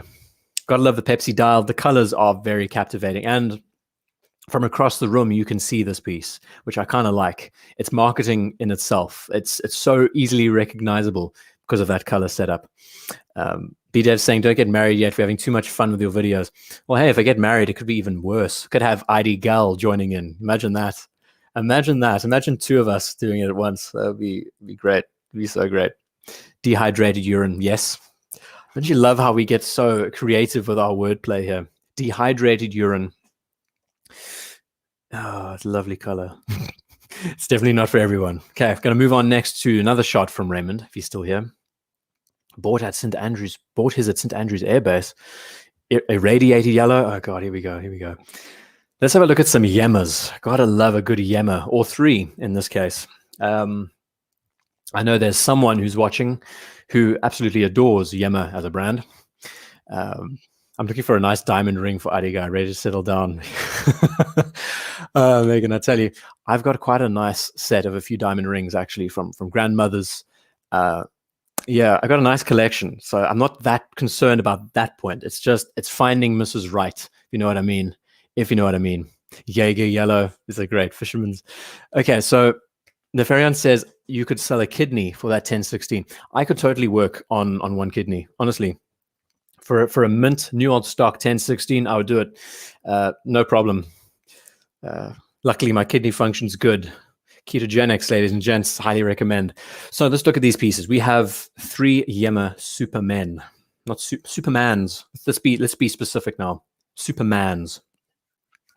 Going to start with the one on the left, which is a bronze. We have a PVD, and then we have the standard steel variant. And these two are really cool. They're the ones that I love the most.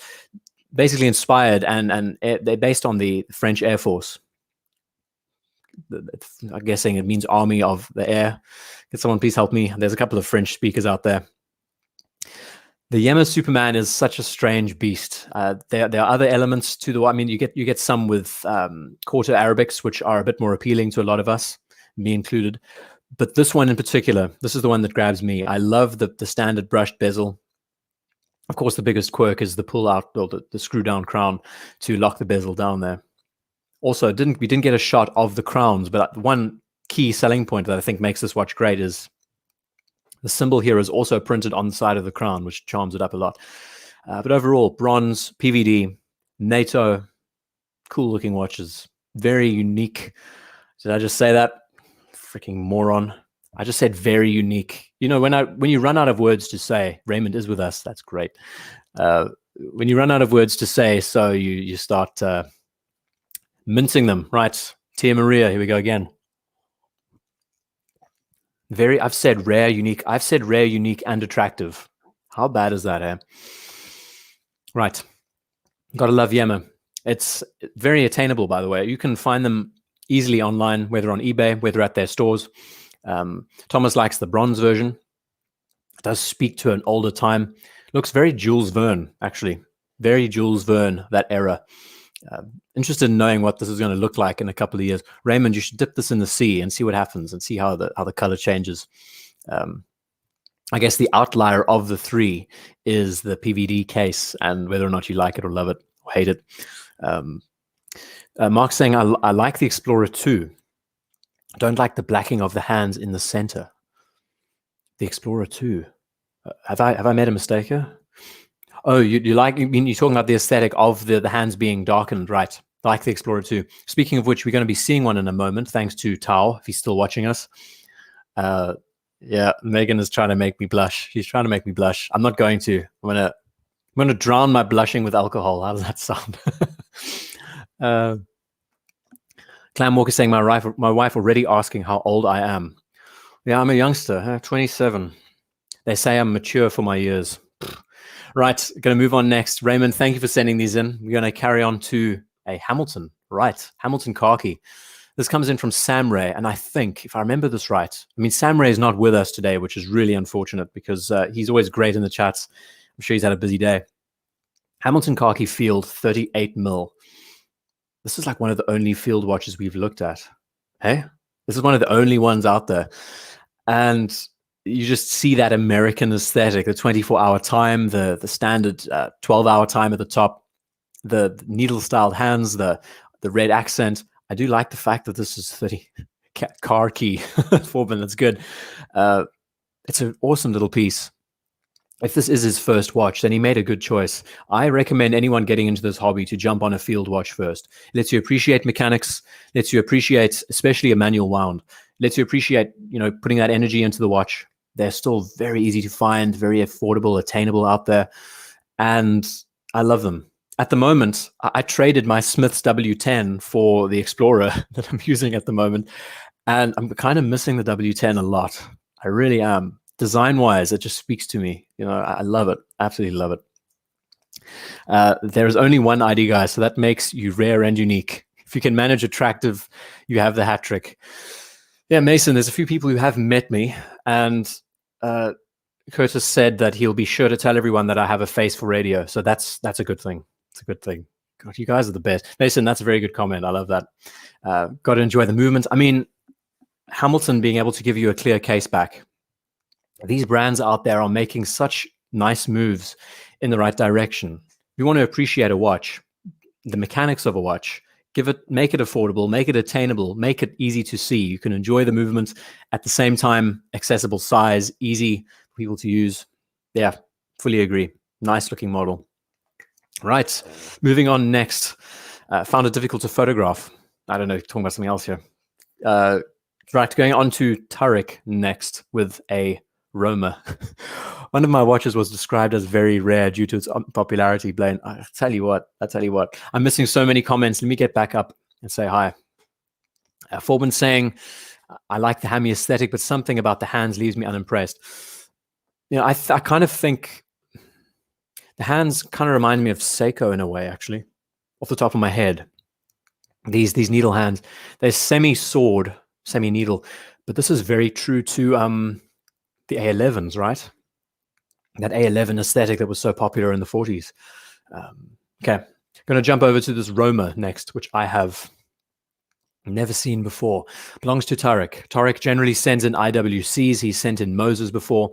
And me speaking about outstanding again. Flippin' Zipper says, do I know what a hat trick is? Yeah, it's 3 for 3, no? So the Roma, this is the Roma 1888 King Jordan Abdullah. Now, this was a watch that was given to him when he graduated university in 2000 by his parents, I think, college graduation. And I mean, the brand Roma, it's a popular name. Well, it was. I don't know where they are at the moment. And talented. As a nice young man. Guys, stop it. Please, please, please stop it. I'm none of those things. Just a guy. I'm just a guy. Your humble servant, as I say to myself. Yeah, gorgeous. Is talented also a drinking word? I think it'll be. I'm going to take another hit. Talented is going to be another part. Talented, rare, unique, attractive. Tia Maria went down a treat. I'm a little bit more caffeinated now. So Roma is a brand that we've lost track of. It's a brand that has disappeared. And I need to study about it. I need to start learning a lot more about these. I'd imagine it's a tritium because it's from the 2000s. Maybe I'm wrong. We'll be speaking about outstanding and watches that have a bit more meaning in the collections. You know, these titles of these videos really do meander all over the place. But that has been the underlying theme I've tried to keep going as the show continues. Watches that have some more meaning to them, whether grail watches, whether ones that are the most expensive. There's so many factors. This could be a theme in itself. And Megan's saying next week we'll announce our engagement. My handle will change to IDguy. I mean, if you're keen, by all means. What color is your logo going to be, though? What are we going to make it? You love green, so I guess green might be the choice, right? Like a mint green. You can totally do it. All adjectives from this point are drinking offenses. Yeah. Nefarion, that is so bad. Right, Chili Prep is joining us. Jeez, that's cool. So you've joined us at a good time. We're going to be looking at some amazing watches. I said amazing. That's a good enough word to use. We still got some awesome stuff. We got all of Russell's submissions coming up, which is going to be really nice. And again, Tarek, thank you for sending this in. Sentimental value at the end of the day beats brand, beats anything else. It's special. I mean, I've never been gifted a watch. Can tell you that much. Never. I think the best I had was a Swatch when I was a kid. That was the first watch that got me into watches in general. And ever since, been buying my way through with watches. That they're expensive things. And yeah, never been, that's some good trivia. Never been gifted one before. So I can appreciate this, really, Tarek. Jumping next to our man, Tillman. Where is Tao? Is he in the chat still? He sent this watch in to me. Now, I know his collection well. He has 4 pieces, and this is not one of them. Where the hell did you get a JLC Moon from? This piece is rare, attractive, outstanding. It just has it all. So I'm dying to know where this watch came from, Tao. Where did is this a new recent pickup that you just got? I love it.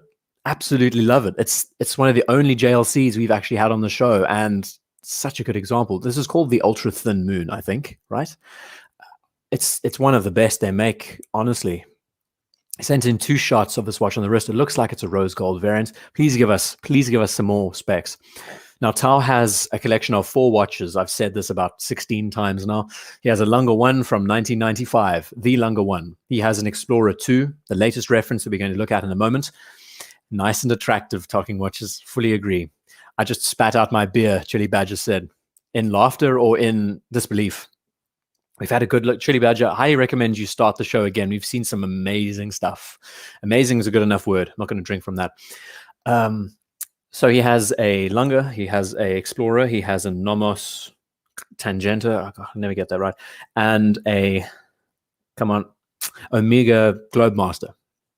I'm very interested in knowing where this watch came from, if this is a new addition to the set, because it is quite the showstopper. Absolutely beautiful, beautiful watch. That's why I'm starting to think, should I just jump on the JLC bandwagon and go with something in gold, or, look at it a bit differently? I'm loving the idea of finding a brand that not only boasts about its history and has its own unique design language, but it's also quite interesting when it comes to watchmaking. And JLC, I'm going to use I won't use the pun, the cliche that everyone talks about, but is it 34 mils? No, Andreas, this is 41, I think. I'm pretty sure it's a 41 mil. Oh, it's a master control. Thank you for that, Reed. This is not an ultra thin. I get so confused with their names. Where is he? Go JLC Reverso. Reed says, oh, yeah, I don't know. It's so difficult. I can tell you, it's so difficult when it comes to choosing a watch in this category. But I do need to go and try on a whole load of JLCs to experience. Anyway, absolutely love this watch. I could talk about it to death. Everything from just the sharpened indexes are what makes this watch so unique to its brand. I said unique. I know I did. I wasn't offhand. I should technically take a shot, but I don't know if it's a good idea. Hobnails all along the minute track, which is beautiful. The typeface, the moon, fully polished. The hands themselves, the Dauphine hands, right? The Ferion says drink. This is a very bad game. I hate this game. I hate this game.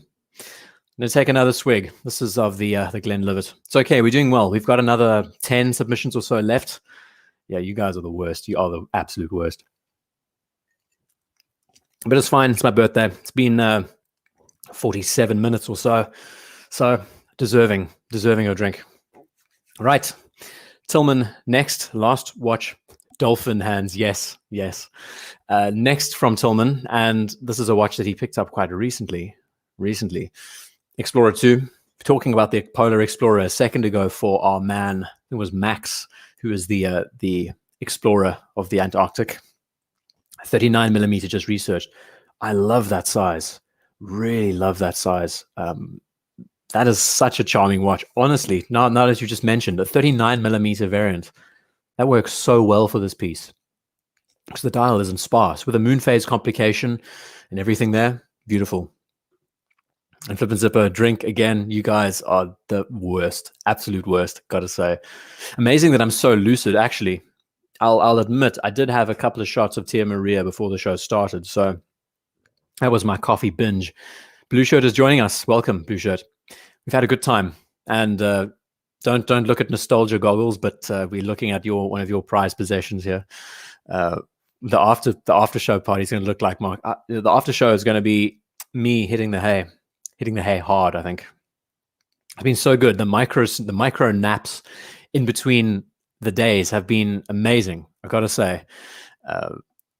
Yeah, Megan, I can imagine. I really can imagine some very unique things that would blow my mind. Yeah, no, I've no doubt, absolutely no doubt. I think blow my mind is an understatement, really, right?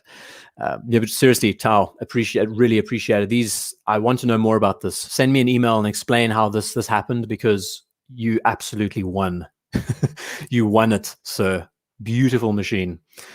Right, and now we're jumping to Tom. Tom is a musician by trade, and he was one of the few that I mentioned that I picked up a Martin yesterday, and he loves his Strats and his Tellies, as we can see. Hard to tell what kinds of Strats these are by their headstocks. These look like jumbo headstocks, which are probably more late 60s, early 70s. These maybe all, the standards that we know. This is another reference, 114270. And what makes this watch outstanding in his collection is that his father is an avid hiker. And I think I remember it right, but he said in the email. And that he and his dad love going hiking together, exploring. And this is the watch for it, right? 36 mils.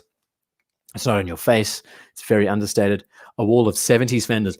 I have no idea what they are, Eric. Can you tell that these are 70s headstocks from a flat angle? These kind of look like jumbos. I mean, I should know. I have a 70s headstock. They do look a little bit deeper. There's nothing better than the 70s headstock. Look them up. If you know your guitars, I just can't get enough of them. It's the one thing that I wish they did more often with their models. Love fenders. I'm not much of a Telecaster fan, I'll be honest. Stratocasters, the first Stratocaster I tried was the one I ended up buying. That's how amazing the experience was. It was the most comfortable feeling guitar. That the way they've evacuated the absolutely amazing the body. Right, can't beat a 36 mil. I agree, 73 MAF, and just for a wearability point of view, with the solid end links and everything there, it's very charming, very charming. And I said charming. That's okay. I'm allowed to use charming. All right, moving next to Robert. Thank you for this, Tom. If you're watching, I'm sure you'll catch up. This is like, I think you're based in Hong Kong, so it's like what? Who the hell knows? Probably like 4 in the morning or something daft. The other end of the world. Right, to Rob and Susan next. We just saw an Explorer. Here's another Explorer, and we're going to focus on what this is in a moment. So Rob and Susan send in his 2020. He's just acquired an Explorer, and his wife wearing a Datejust 1600. Okay, two-tone. Picks up in the 90s, I think. Let me try and get that reference right. Original. Okay, no, I didn't mention. I think this was picked up in the 90s. 2 a.m. Yep. I mean, let me know what time it is of the world, wherever you are. That would be a good time. Good time to see. At the moment in the UK, it's coming up to 1 o'clock. I'd imagine in Paris, it's 2. And other parts of Europe, it's probably 2, 3 o'clock. And please, please, please, what's going on in the chat here? Les Pauls. I've struggled with getting hooked on Les Pauls, honestly. We're going to talk about guitars again. I don't know. 2:53, 9:53 Blaine in the morning. That's awesome. 6 p.m. I'd love it to be 6 p.m. again. I love his and her shots. I think this needs to be a more constant thing. If you'd like to take a shot with your wife, highly recommend it, because we need to be more inclusive in this space. The downside of being known as IDguy is it's very male dominated, you know. We need to have more ladies featured on these shows and more ladies' wrists, just to see that blend. And having couples sharing their watches is a joy. I think it's so special. 7:51, that's awesome. And 7:53 Michigan, 2 in the morning Denmark, 6. It's amazing, right? You guys, hit the mic again.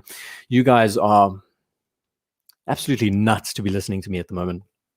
I need to take a shot with my new wife, Neferion. That's such a bad play in words. Okay, so over here, what is this? Does anyone know what this thing is? This is a Eames shell. And the word, it's an LCW lounge chair. What made Charles and Ray Eames so popular in the 50s was that they understood how to mold plywood in a very specific way. ID guys and girls. Yeah. Love it, Mark. There's so many good chats going on. I'm sorry that I'm missing it all. This is a fantastic chair. And another thing, this is not a reproduction. This is an original Charles and Ray Eames chair.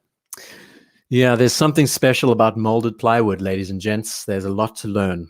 Highly recommend. If you have a Google tab open, Charles and Ray Eames, you'll learn all about how they streamlined processes of making these gorgeous heat-treated chairs. So stylish and stunning. And Megan, thank you for the super chat.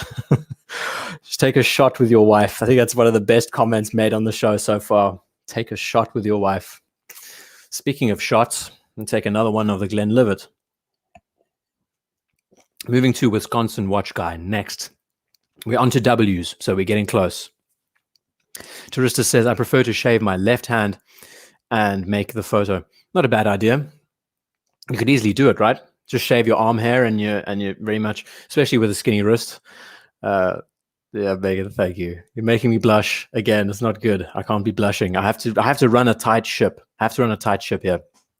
But again, I'll emphasize, send in shots with your wife. I think it would make the show a lot more dynamic, and we would love it. It's very important, I think.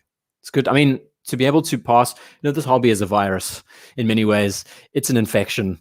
We need to spread it to more people, because it's charming. I love it. It's a hobby. It's a passion. It's something that's never going to leave us. ID guys and dolls, Mark. I like that better. Okay. Wisconsin Watch Guy. We are jumping to one of the final submissions, I think. And this is something a bit out of left field. A Cartier Drive, right? Not a Wisconsin Watch Guy is here sometimes. He's often here on the page. And let me try and explain this. So this is an extra flat with a Piaget movement. I love this watch. I really, really love this watch. And that's it. I mean, we could add some more W's, Megan. Wristwatch, wife shots, just add them all in. Alliterations for days. Beautiful. Look how well that dial has been done. Look at the proportions of the case. It even has lyre lugs. I had no idea. Check it out. The Speedmaster Professional lyre style lugs. Watches and witches. Yeah, I mean, we could have a good time, right? I mean, the creative side really starts coming out. What a beautiful looking machine. We talk all about the tank and the American and the Tourneau and the so many other variants, the Roadsters, and this is one that kind of rides under the radar, but is so true to Cartier's design language and just a beautiful arrangement of the Arabics, the Romans. I'm not saying Arabics, the Roman numerals around the dial, the inset minute track, charming. I do love the sharpness and the roundedness of the points there, and yeah, it's a beautiful machine. What a gorgeous shot. Also, really, I think this is the only shot we've seen on the right wrist today. I might be wrong, but always appreciate someone who's a lefty out there. If there are any lefties, we are a dying breed, ladies and gentlemen. I think the lefties need to band together to try and revolt. You know what's crazy is that my dad, for example, back in the day, he's very ambidextrous, and he was forced to use his right hand. I'm sure most of you were, if you were born in the 50s and the 60s. He had to have his arm tied behind his back, and he was trained to use his right hand.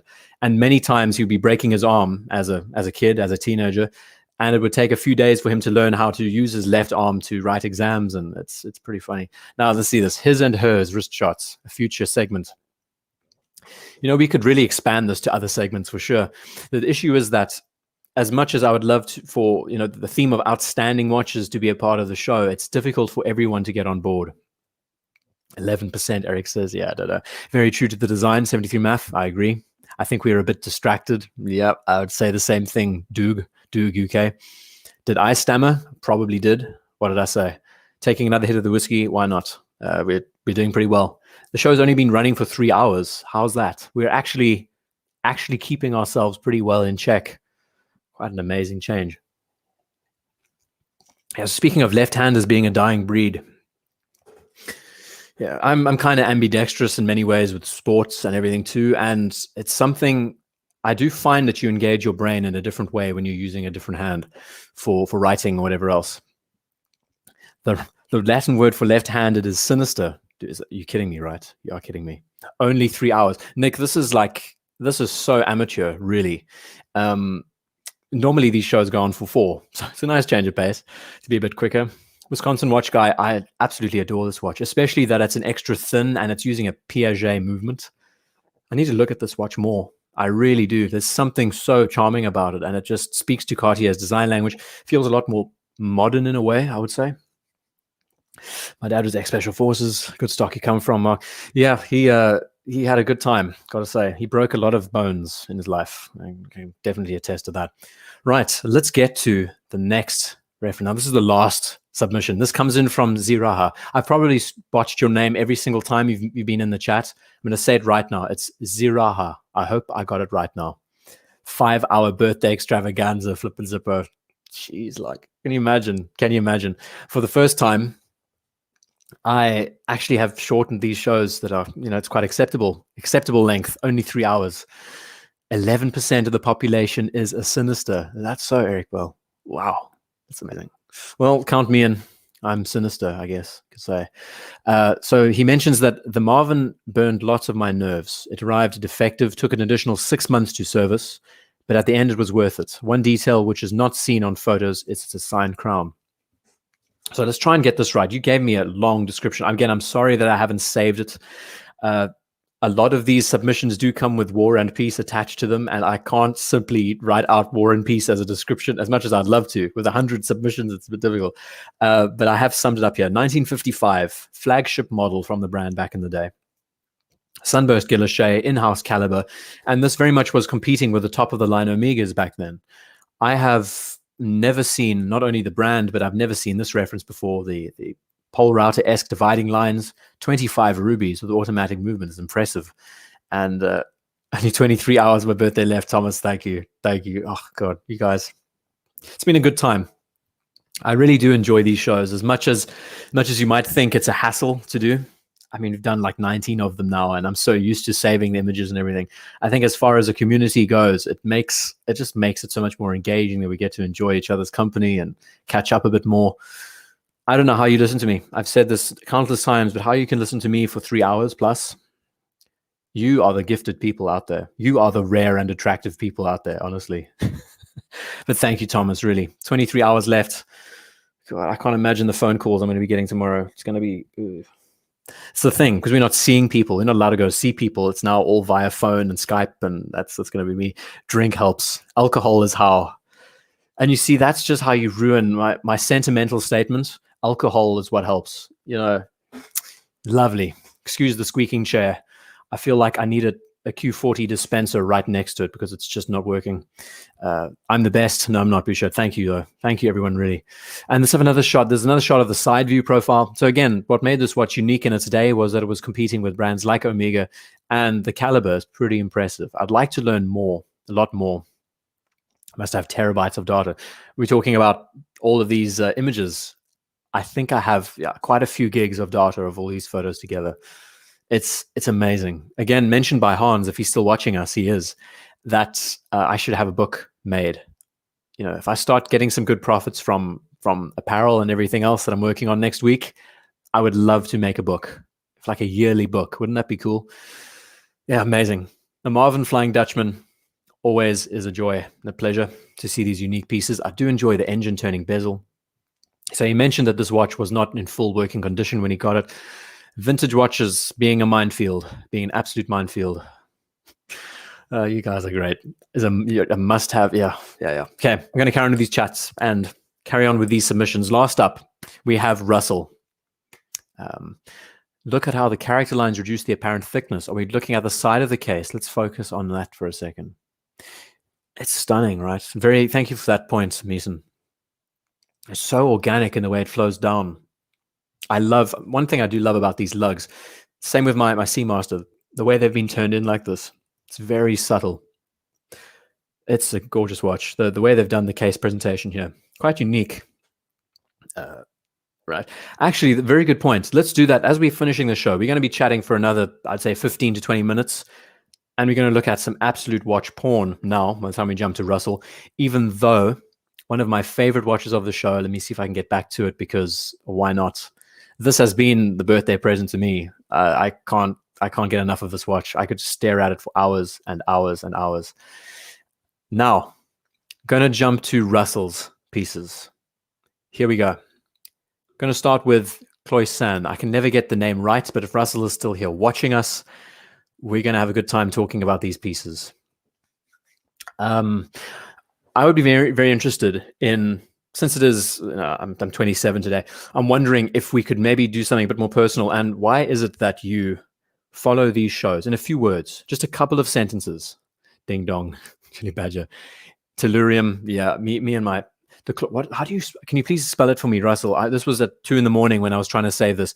Cloyson, how do I pronounce it? Can someone be a bit more worded and help me there? In a few words, thank you, Dugak. I'm never going to get your name right. Thank you so much for the super chat, man, really. If you would, just in a few words, why is it that you watch these live shows? What is it about them that makes them captivating? I would really like to know, honestly, because again, I am just the person who runs the show. If I was someone who, here we go, Cloyson Neferion. Okay. Thank you, Neferion. Thank you. Cloyson, that's how you pronounce it. Okay, good. If I wasn't running the shows, I don't think I'd be sitting watching and listening to a 3-hour presentation. Just saying. So I would love to know, just in a few words from you, if you would like, what is it about these shows that speaks to you? My voice, Stone says. Wow. That's pretty... I mean, generally people hate their voices, except someone like James Earl Jones. It's very captivating. Right. Cloyson. I finally got the name right. Let's start with the watch on the right, the Tellurium. We've spoken about this quite a lot at the end of shows in general. This is one of the most crazy pieces that UN has ever made. There's so many, simply well-spoken and funny. It's a good combination. Live shows are a part of building a community. Talking watches they were great fun. I fully agree there. Nice to be part of the show and the community, Junior. I love this. I actually talk about watches instead of e-begging, Thomas. I love you, Thomas. You're such a legend. I hope you got my voice note okay yesterday. This is a lot of fun. I'm enjoying this. I like this bit of interpersonality connection here. So I want you because you're very down to earth and relatable. Feels like just another part of the community. Thank you, Andreas. Russell, we watch because it is special to see what ticks other people's boxes. That, I think, is what's made these shows successful more than anything else. Really, it's fascinating seeing what other people own, right? So let's try and focus in on this piece a bit more. It has, let me try and get this right. The whole north-south pole, it can tell you the moon phase. It tells you the quarters of the year, and it's basically when the Earth tilts on its axis and when you're going into a solstice and all of this. It does it all. It's so difficult to explain. God told me to watch the show, to Ristas. Oh, must have a plan for you then. Must have a plan for me as well, because I like Led Zeppelin. Love it, Mark. Yeah, Led Zeppelin is just one of those bands that you can always find something in, you know. I love it. I love it. You guys, it's great. Makes me smile. That really has made me smile quite a bit. So, Cloisonne dial. I mean, Russell could probably give a full explanation about this watch and what it means and how it works.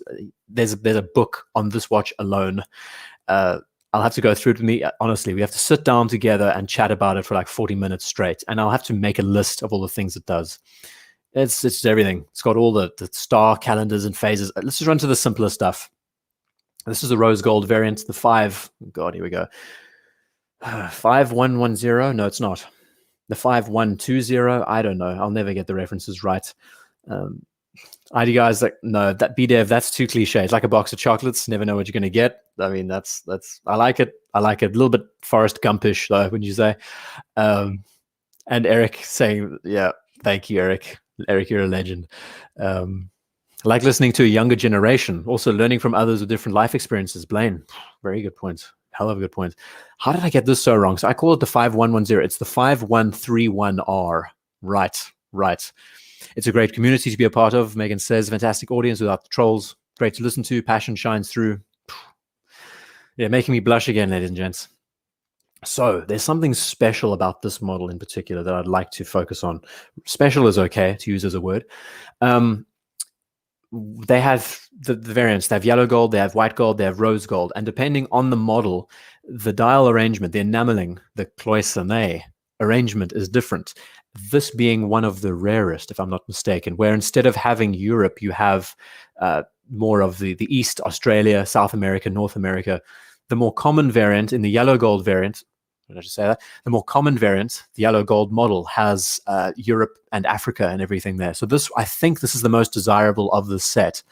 And Russell's story about this watch is that it took like 3 years to wait for it to be made, if I'm not wrong.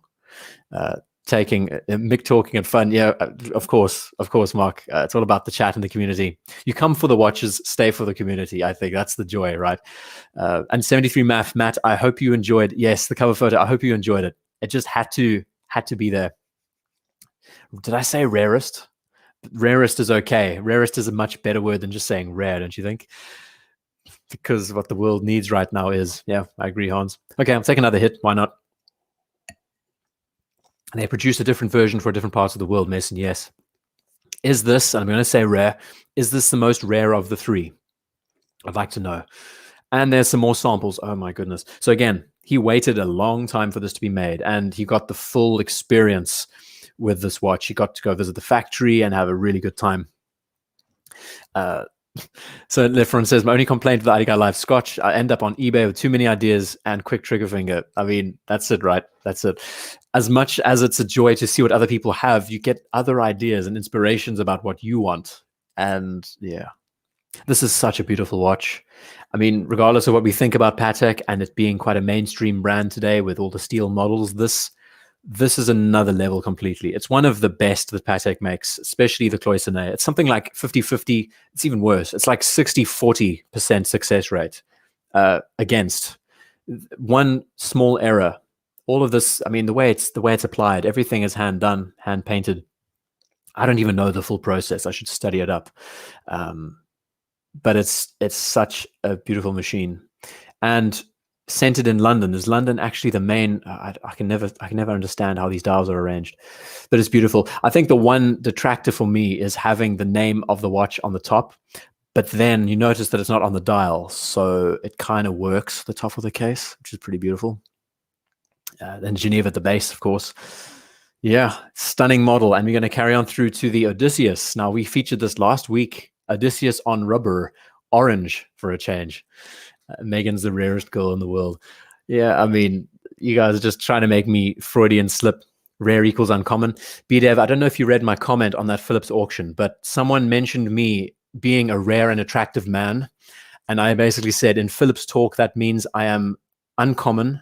I'm sorry, that I'm common and I'm sellable, because that's just the way they've actually tweaked those words, you know? Yeah, absolutely awesome. Russell reminds me of pieces that I'll never have.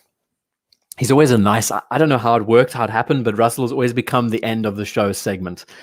And I really enjoy it. Russell's such a gent. I can't thank him enough for sending these pieces in. We're going to see some more outstanding stuff in a moment. And Mason says, off today's show, I mostly want the Moses Center Seconds Funky Blue. Yes, fully agree. I would get that watch in a heartbeat right now. That would be my daily driver. I adore it. So we get to see another Odysseus now in the flesh with orange highlights and accents. And, you know, it looks so good off the bracelets. Maybe it's just me. It looks kind of like an alien spaceship, but I just so appreciate how they've made it look like a lunga on its dial. Look at the detail. This photo is bloody amazing, Russell. How did you get this right? Look at the texture. We can see the finishing there, the subdials. Yeah, absolutely incredible. I don't think we have a movement shot, but we do have a Jean Rousseau strap. Thank you for that, Russell. You waited quite a while to get this commissioned, right? Always last and definitely least, right, Russell? On an iPhone. Yeah, it's funny how iPhones have really changed the technology, and the strap is amazing, right? We definitely are people who love orange in this area. I don't know if Orange Hand is still watching us, but yeah, beautiful machine. But now we're going to jump on a few more. So I basically specified to Russell that I'd like to see special, outstanding. It's very difficult. We're having a few back and forths this week. So let's have a look at the Phantom. This is one watch that he says, I kind of threw it in his court and said, if you could only choose one watch, which would it be? And he did say Phantom. But then he started talking about the cloisonné on certain models and the complication of the tellurium and et cetera, et cetera. It's not an easy way to close it up, you know? So this I called Phantom AR Glare. Now, the Phantom is the Zeitwerk, the Lunga Zeitwerk.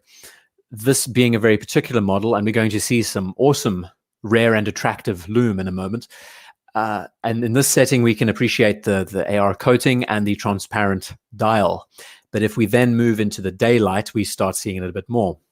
Now, this watch is quite divisive. When we think about its presentation, its approach, I get this grandfather clock sort of vibe around it, don't you think? And we jump to the Odysseus again, and you can see what I mean when I say it feels so Lunga when we jump between these two models. You can understand how those dials have been arranged and the running seconds and the power reserve. And what makes this watch unique is the... Did I say that word? You should have, ladies and gents. Another hit. I haven't even finished the Glenlivet yet, you know? Just a cheap digital. Yes, it is. Very cheap. So Tao's saying, will you get an Apple Watch for my birthday finally? I have... It's funny how I am so against the Apple Watch as a human being. Even for workouts, I don't use an Apple Watch. I use something with a bezel on a NATO strap, and that's me. It feels like I'm so against wearable technology. And I guess the underlying thing is the disposability factor. I just can't get my head around. I just don't appreciate it at all. I don't like the idea that the watch is running on a battery that needs to be charged every day. That is just an extension of a phone. It just loses the watch aspect for me, at least. Yeah. Bob Marley said, let love be your weapon, Junior. I don't know what the context is going over my head. Roger Dubuis. I'll get back to the awesome watches as we close up the show, I think, for anyone who's joining in now. So yeah, this watch is very affordable. I'm sure most of us will be able to pick them up pretty easily. It's platinum, if I'm not wrong, and it's the most crazy complication that Lange makes. Let's carry on with a few more shots. Here's another example of it with a bit of glare. The light play on this piece is insane. It really is so good. It's almost frosted, you know. And if we switch over to it in low light, this is when it shines. I think that's a pretty good use of wordplay. Instead of saying rare and attractive, they're making a push button. They're making push button. Apparently they have, Mark. Yeah, there's a couple of examples. What's the maker? Hold on. I should know this. Megan, you know the maker. Come on. What's the name? Come on. Da44. Isn't Da44 making a dive watch that has, and not just a dive watch, they also have a LED set up in their standard everyday wearer. The puns tonight are unreal, RW. I'm pretty sure Da44 is going into that area with LEDs. It's not a watch, it's wearable technology. Yeah, Megan, I agree. It's one of the brands, it's one of the things out there that just grinds my gears, talking about watches and mechanics. So this dial is definitely not for everyone. I can see where the appeal lies, but also where there's a bit of disdain because it just looks absolutely crazy. But that's the joy. You know, attractive equals not ugly, BDev. Like it. So I guess it's right, talking watches, Da44. Awesome. And there's a pulsar, yes, Hamilton pulsar for sure. How did I guess that at the 3-hour mark? God, I'm on fire. I can tell you, alcohol and coffee works. In the right quantities, they work very well. So yeah, the style is nuts, but we're not done yet because we can appreciate this in its full working glory. We've seen. I mean, Russell has shared video of this watch in action and others. The tourbillon, the minute repeater that came out this year. I love this. I mean, the slow exposure, getting it to switch over. It's a crazy animal. And can you just confirm for all of us, Russell, was this the watch that you would choose as your one watch, given all the options out there? I would be very interested in knowing. Speaking from what we've seen in the past from you, a 5370 feels more like a watch that I would expect you to choose in this category. I don't know about the Phantom. I mean, it's beautiful. The complication is nuts. I don't know. Yes, we do have a shot of the movements. Hey, that's awesome. This is actually the last shot of the show. It's insane. It's got like 1,000 moving parts or something daft. I don't know. I can never see how much the second hand moved in one shot. This is important. Russell says, see how much the second hand moved. This is 3 shots in 0.1 of a second. That is very important to focus in on. Look at the second hand at the dead center at the base here. It doesn't move an inch, not even a fraction as it switches over. That's incredible. That is really incredible. The detail. I mean, that's what makes, when we're talking about high horology, that's what really keeps us invested and involved, is the detail.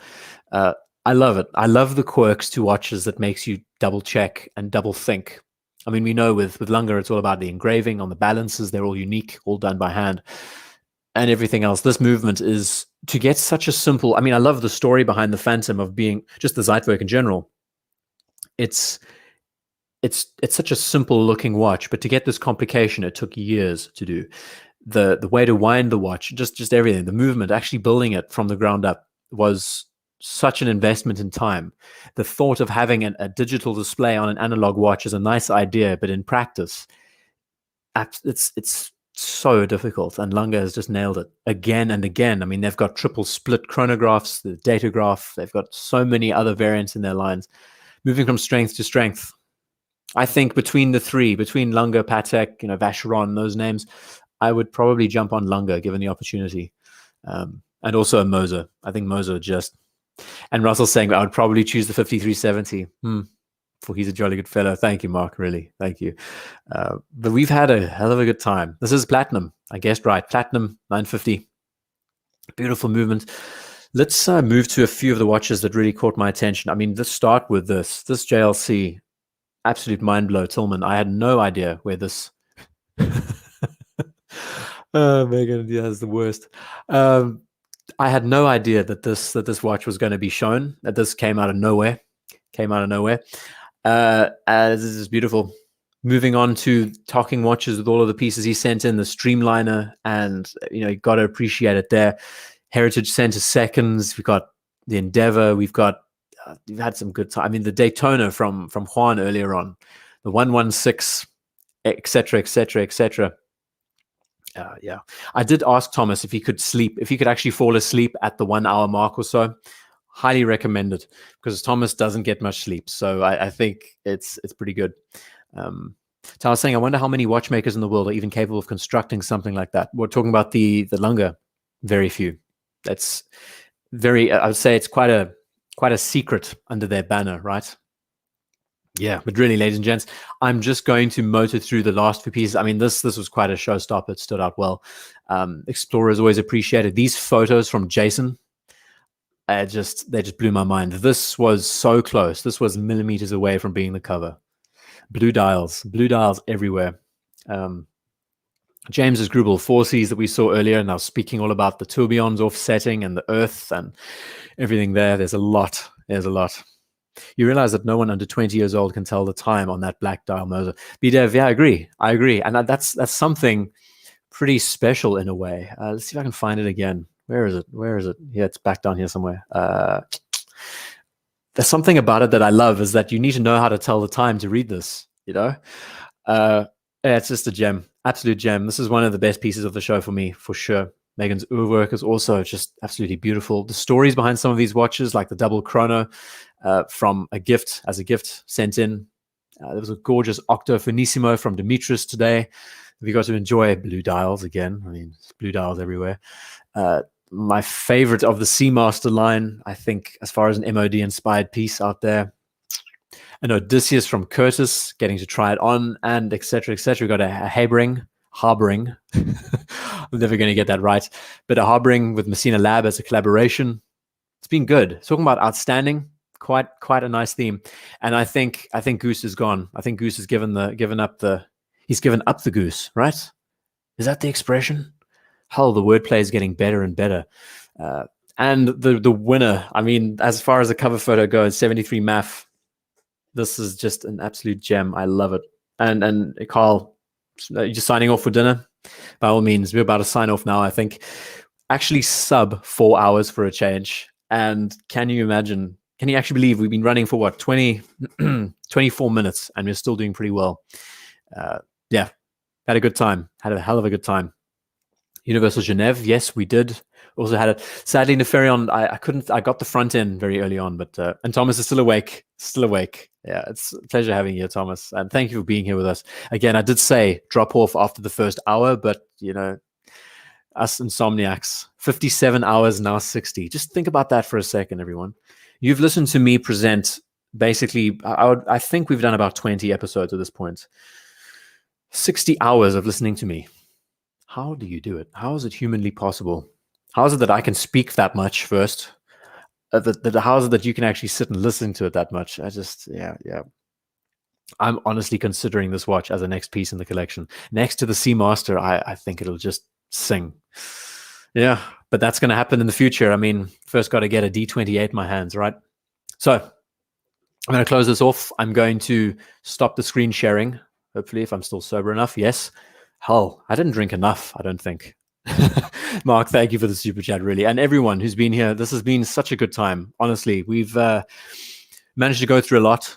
It's been a great first hour. Has it been an hour? Almost 2 hours of a birthday show.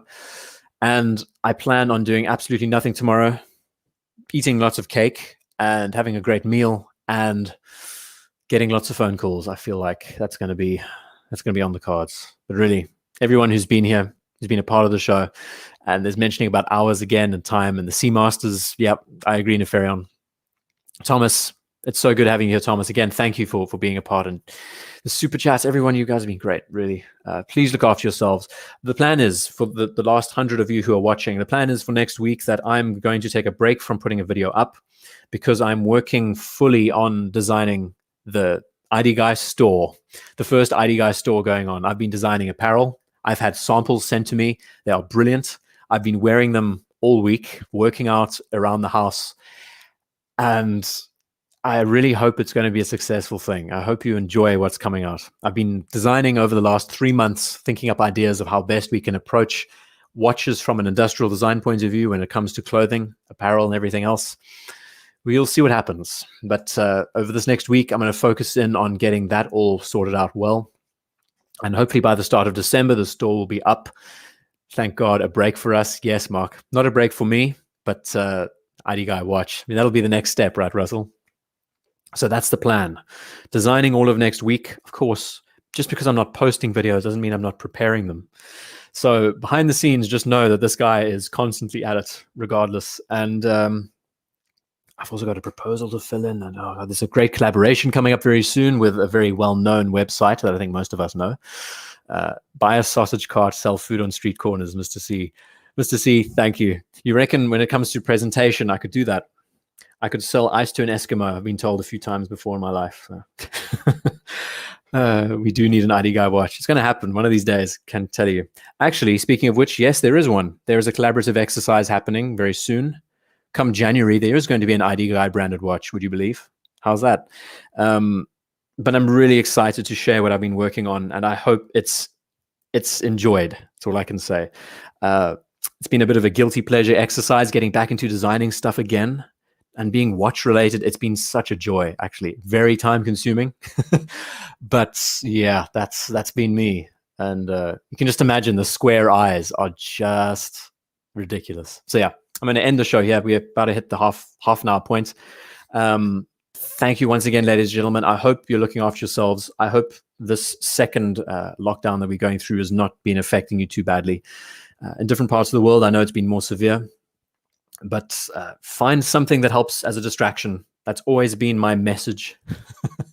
Hans, you guys are just great. Absolutely great. Share now. Which watch, Tao? I'm not going to share it. No ways. It's a secret. January, you'll know.